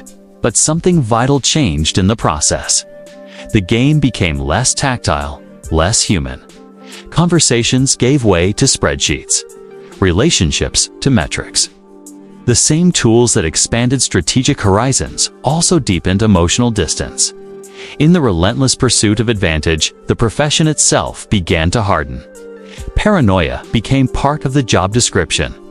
Assistants who once freely shared ideas with colleagues now treated collaboration like exposure. Scouts grew cautious about even discussing player tendencies on the phone. The old camaraderie of the coaching fraternity with its barroom debates and off-season clinics gave way to cautious silences and NDAs. And yet, amid that guarded culture, progress flourished. The chess match grew more intricate. Teams found ways to blend analytics with instinct, structure with improvisation. The sport became smarter, faster, more precise. But intelligence came at a cost. With every new innovation, the line between creativity and violation blurred. The league's own identity began to fracture under the weight of its contradictions. Publicly, the NFL celebrated football intelligence, data-driven decisions, and cutting-edge coaching. Privately, it punished the very same behaviors when they crossed unspoken boundaries. Coaches lived in constant tension between innovation and compliance, between making history and breaking policy. The result was a climate of quiet exhaustion. Many of the sport's brightest minds burned out before their prime. A former offensive coordinator, once hailed as a genius for his unorthodox schemes, confessed years later that he stopped sleeping soundly after his team was accused of information misuse. He wasn't fired, but his reputation became radioactive. "I realized," he said, "the playbook wasn't mine anymore. It belonged to the lawyers." For players, the fallout was subtler, but no less real. Rule changes born from strategic warfare often reshaped how they played and suffered. When certain blocking techniques or formations were banned in response to innovation, players had to unlearn instincts built over decades. Injuries rose in unexpected areas. Training regimens changed to match new tactical trends. The cascading effect of strategic regulation often reached the body before it reached the rulebook. Take the case of defensive players during the post-Spygate era. As offenses evolved to exploit spacing and tempo, defensive coaches scrambled to find legal counters. The result was a generation of defenders forced into impossible positions, expected to read offenses that had outpaced traditional signaling methods, while operating under stricter penalty enforcement. A linebacker once described it as trying to fight with one hand tied behind your back, knowing the other guy wrote the rulebook. Even fans felt the ripple. The game's growing opacity, the sense that more was happening behind the curtain than on the field bred fascination and distrust in equal measure. They cheered for brilliance, but questioned its origins. Was that new offensive explosion a product of genius or gray area tactics? Was the league's sudden crackdown on a popular formation about safety or politics? The modern fan watched the game the way a historian reads a classified file, half in awe, half in suspicion. What emerged from all this wasn't just a more complex sport, it was a more conflicted one. Football's mythos had always rested on authenticity, the purity of competition, the simplicity of will. But when the inner workings of that competition became proprietary, when strategies became intellectual property and information became weaponized, the myth cracked. The sport began to mirror the corporate world it entertained, driven by innovation, constrained by governance, haunted by the fear of exposure. Inside locker rooms, younger coaches questioned whether they were still teachers or technicians. The romance of mentorship, of passing wisdom from one generation to the next, collided with the reality that sharing too much could mean professional suicide. A defensive analyst who once spent his evenings explaining coverage philosophy to interns now handed them access keys instead, trusting technology to protect what human trust could not. And yet, for all the cynicism, something sacred persisted. Every Sunday, amid the algorithms and encrypted tablets, players still lined up under open skies, trusting that in those 60 minutes, truth could exist unscripted. The whistles still cut through the noise. The ball still spiraled through air, untouched by bureaucracy, even as the institutions around them grew secretive and litigious. The essence of the game, the raw competition, the human struggle for excellence remained intact. But the question lingered: for how long? Could a sport that thrived on secrecy and control continue to call itself pure? Could it evolve without erasing its soul? The aftermath of these hidden wars left more questions than answers. Some coaches retired early, citing organizational fatigue. Others transitioned into consulting, selling sanitized versions of their knowledge back to the league that once penalized them for it. Meanwhile, new generations entered the profession armed with coding degrees and cybersecurity certifications. The old warriors had fought with chalk and film. Their successors fought with data and encryption. The tools changed, but the ethos remained. Protect the edge at all costs. Even the league's internal culture bore the marks of these conflicts. Committees now debated not just rule changes, but data ethics. Owners demanded quarterly cybersecurity briefings. General managers interviewed candidates not just for football IQ, but for digital literacy. The modern NFL executive had to understand encryption as much as he understood coverage schemes. It was, in every sense, a new kind of game. Yet beneath that polished exterior of professionalism and technology lies the same tension that haunted football as earliest architects: the desire to control chaos without killing what makes it beautiful. The modern NFL is both safer and more secretive, both smarter and less human. Its victories are measured in terabytes and milliseconds. Its legends are written in code as much as in ink, but every innovation carries its ghost. Every rule change, every scandal. Every encrypted file whispers the same truth. No matter how advanced the system becomes, the human need to protect, to dominate, to outthink the other side will never vanish. The wars may change their weapons, but not their nature. As one veteran coach once told me, sitting in an empty stadium long after his final game, you can take away the film reels. You can take away the chalk. But you can't take away the instinct to hide what you know. It's how we survive. And in that quiet confession lies the haunting heart of football's evolution. The game is not just a contest of strength and speed. It's a meditation on control: who holds it, who enforces it, and who loses it in pursuit of truth. When the final whistle blows and the field empties, the questions remain suspended in the silence. What did we win? What did we lose? And what are we still afraid to reveal?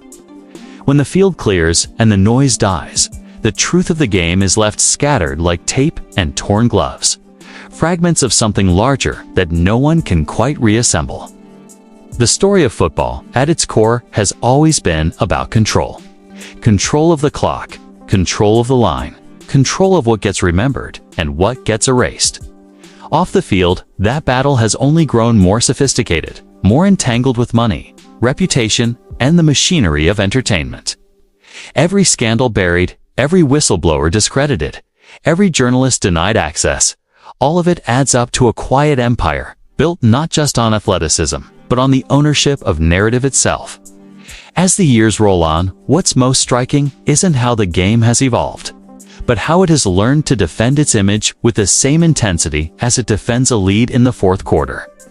The institutions, teams, leagues, media networks, and tech conglomerates are all players now in a contest over perception. They craft their messaging, spin their stories, and buy their silence. The modern NFL doesn't just host competition, it curates belief. The scoreboard is no longer just on the field, it's in the court of public opinion, and victory is measured in brand trust and quarterly growth. But somewhere beneath that corporate armor, the human stories still pulse. Coaches who sacrificed everything for a playbook that was copied and sold. Players who faced retaliation for speaking out about head trauma.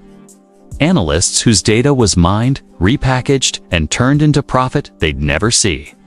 These are the ghosts that follow the game into every new era of innovation and spectacle. They remind us that for all the progress, the moral ledger remains unsettled. In the early days, the NFL's wars were physical. Men broke bones and lost years of their lives for something pure. The struggle between bodies, the test of will. Now, the wars are intellectual, digital, and invisible. The injuries come in the form of reputational damage, leaked contracts, or stolen strategies. But the pain is no less real. The game has grown, but so have its shadows. And within those shadows, the same question lingers. What price are we willing to pay for greatness? When we talk about control, we inevitably talk about truth. Who controls the truth of the game? Is it the league's PR division, shaping the narrative of fairness and integrity? Is it the journalists chasing leaks from inside locker rooms? Or is it the fans, millions of them, whose belief keeps the entire enterprise alive? In the end, truth in football has never been absolute. It's negotiated, revised, sometimes quietly purchased. It's a mosaic made from press releases, camera angles, and collective memory. The truth is, whatever the system can afford to admit. That tension between authenticity and protection defines the modern era. On one hand, fans crave transparency. They want to know how plays are called, how injuries are handled, how power works behind the curtain. On the other, the sport's guardians argue that secrecy is essential to survival, that the mystique is part of what makes the NFL an empire. The result is a paradox. The more the league grows, the more it must hide. The larger the audience, the tighter the control. The culture that emerged from decades of off-field battles has hardened everyone involved. Coaches are no longer just tacticians. They're brand managers and damage controllers. Players are not merely athletes. They're investments whose public image must be curated as carefully as their physical health. Even the journalists and data analysts, once outsiders, are now folded into the system, granted access on the condition that they never cross certain lines. The game protects itself by pulling its critics closer, turning dissent into partnership. And yet, the cost of that arrangement is visible everywhere. The hesitancy in a player's post-game answer, the corporate tone of an apology statement, the clinical, algorithmic way teams now discuss players' bodies and brains. Somewhere along the line, humanity has been traded for efficiency, vulnerability replaced by strategy. The sport has become a mirror for the world it inhabits, competitive, data-driven, and terrified of weakness. It's not just about football anymore. It's about the machinery of modern power. How institutions reward silence. It's how ambition demands compromise, and how competition blurs the line between excellence and exploitation. The NFL has become a case study in what happens when entertainment, capitalism, and human endurance collide. It's the American story, told in shoulder pads and sponsorships. For every championship banner raised, there's a forgotten name behind it. A scout whose notes were stolen. A trainer fired for questioning a medical clearance. A coach who refused to cheat and lost everything because of it.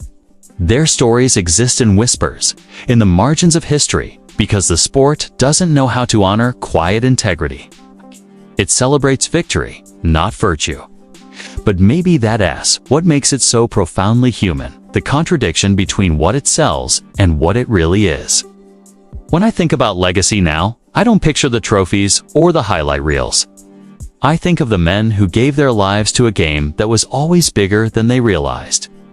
I think of the players who trusted institutions that didn't always trust them back. I think of the journalists who fought to tell the truth and the fans who kept believing even when the truth hurt. Their combined weight is what keeps the league standing, not just money or marketing, but memory.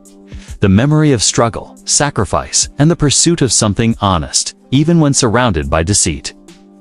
The future of the sport depends on whether it can reconcile with that truth, whether it can evolve without erasing its past, whether it can protect its players, not just from concussions, but from corruption, whether it can let the light in without losing what makes the game mythic. These are questions that go beyond the gridiron. They reach into how every institution defines accountability. There's a temptation, especially now, to view football as an unstoppable machine, too profitable, too beloved to ever collapse under its contradictions. But history has shown that empires don't fall from weakness. They fall from denial. The NFL's strength will depend not on how tightly it controls its story, but on how courageously it confronts it.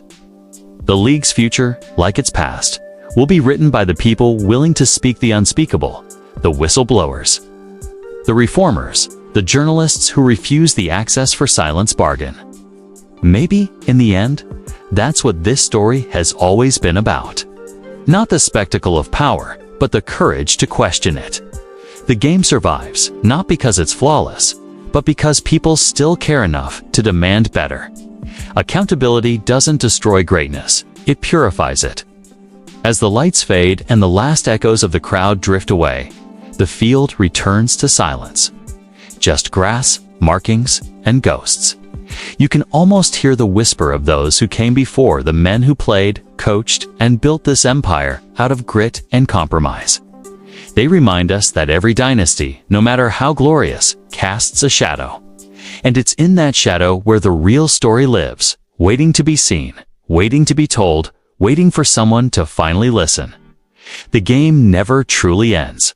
It just pauses, waiting for the next generation to decide what kind of truth they want to inherit.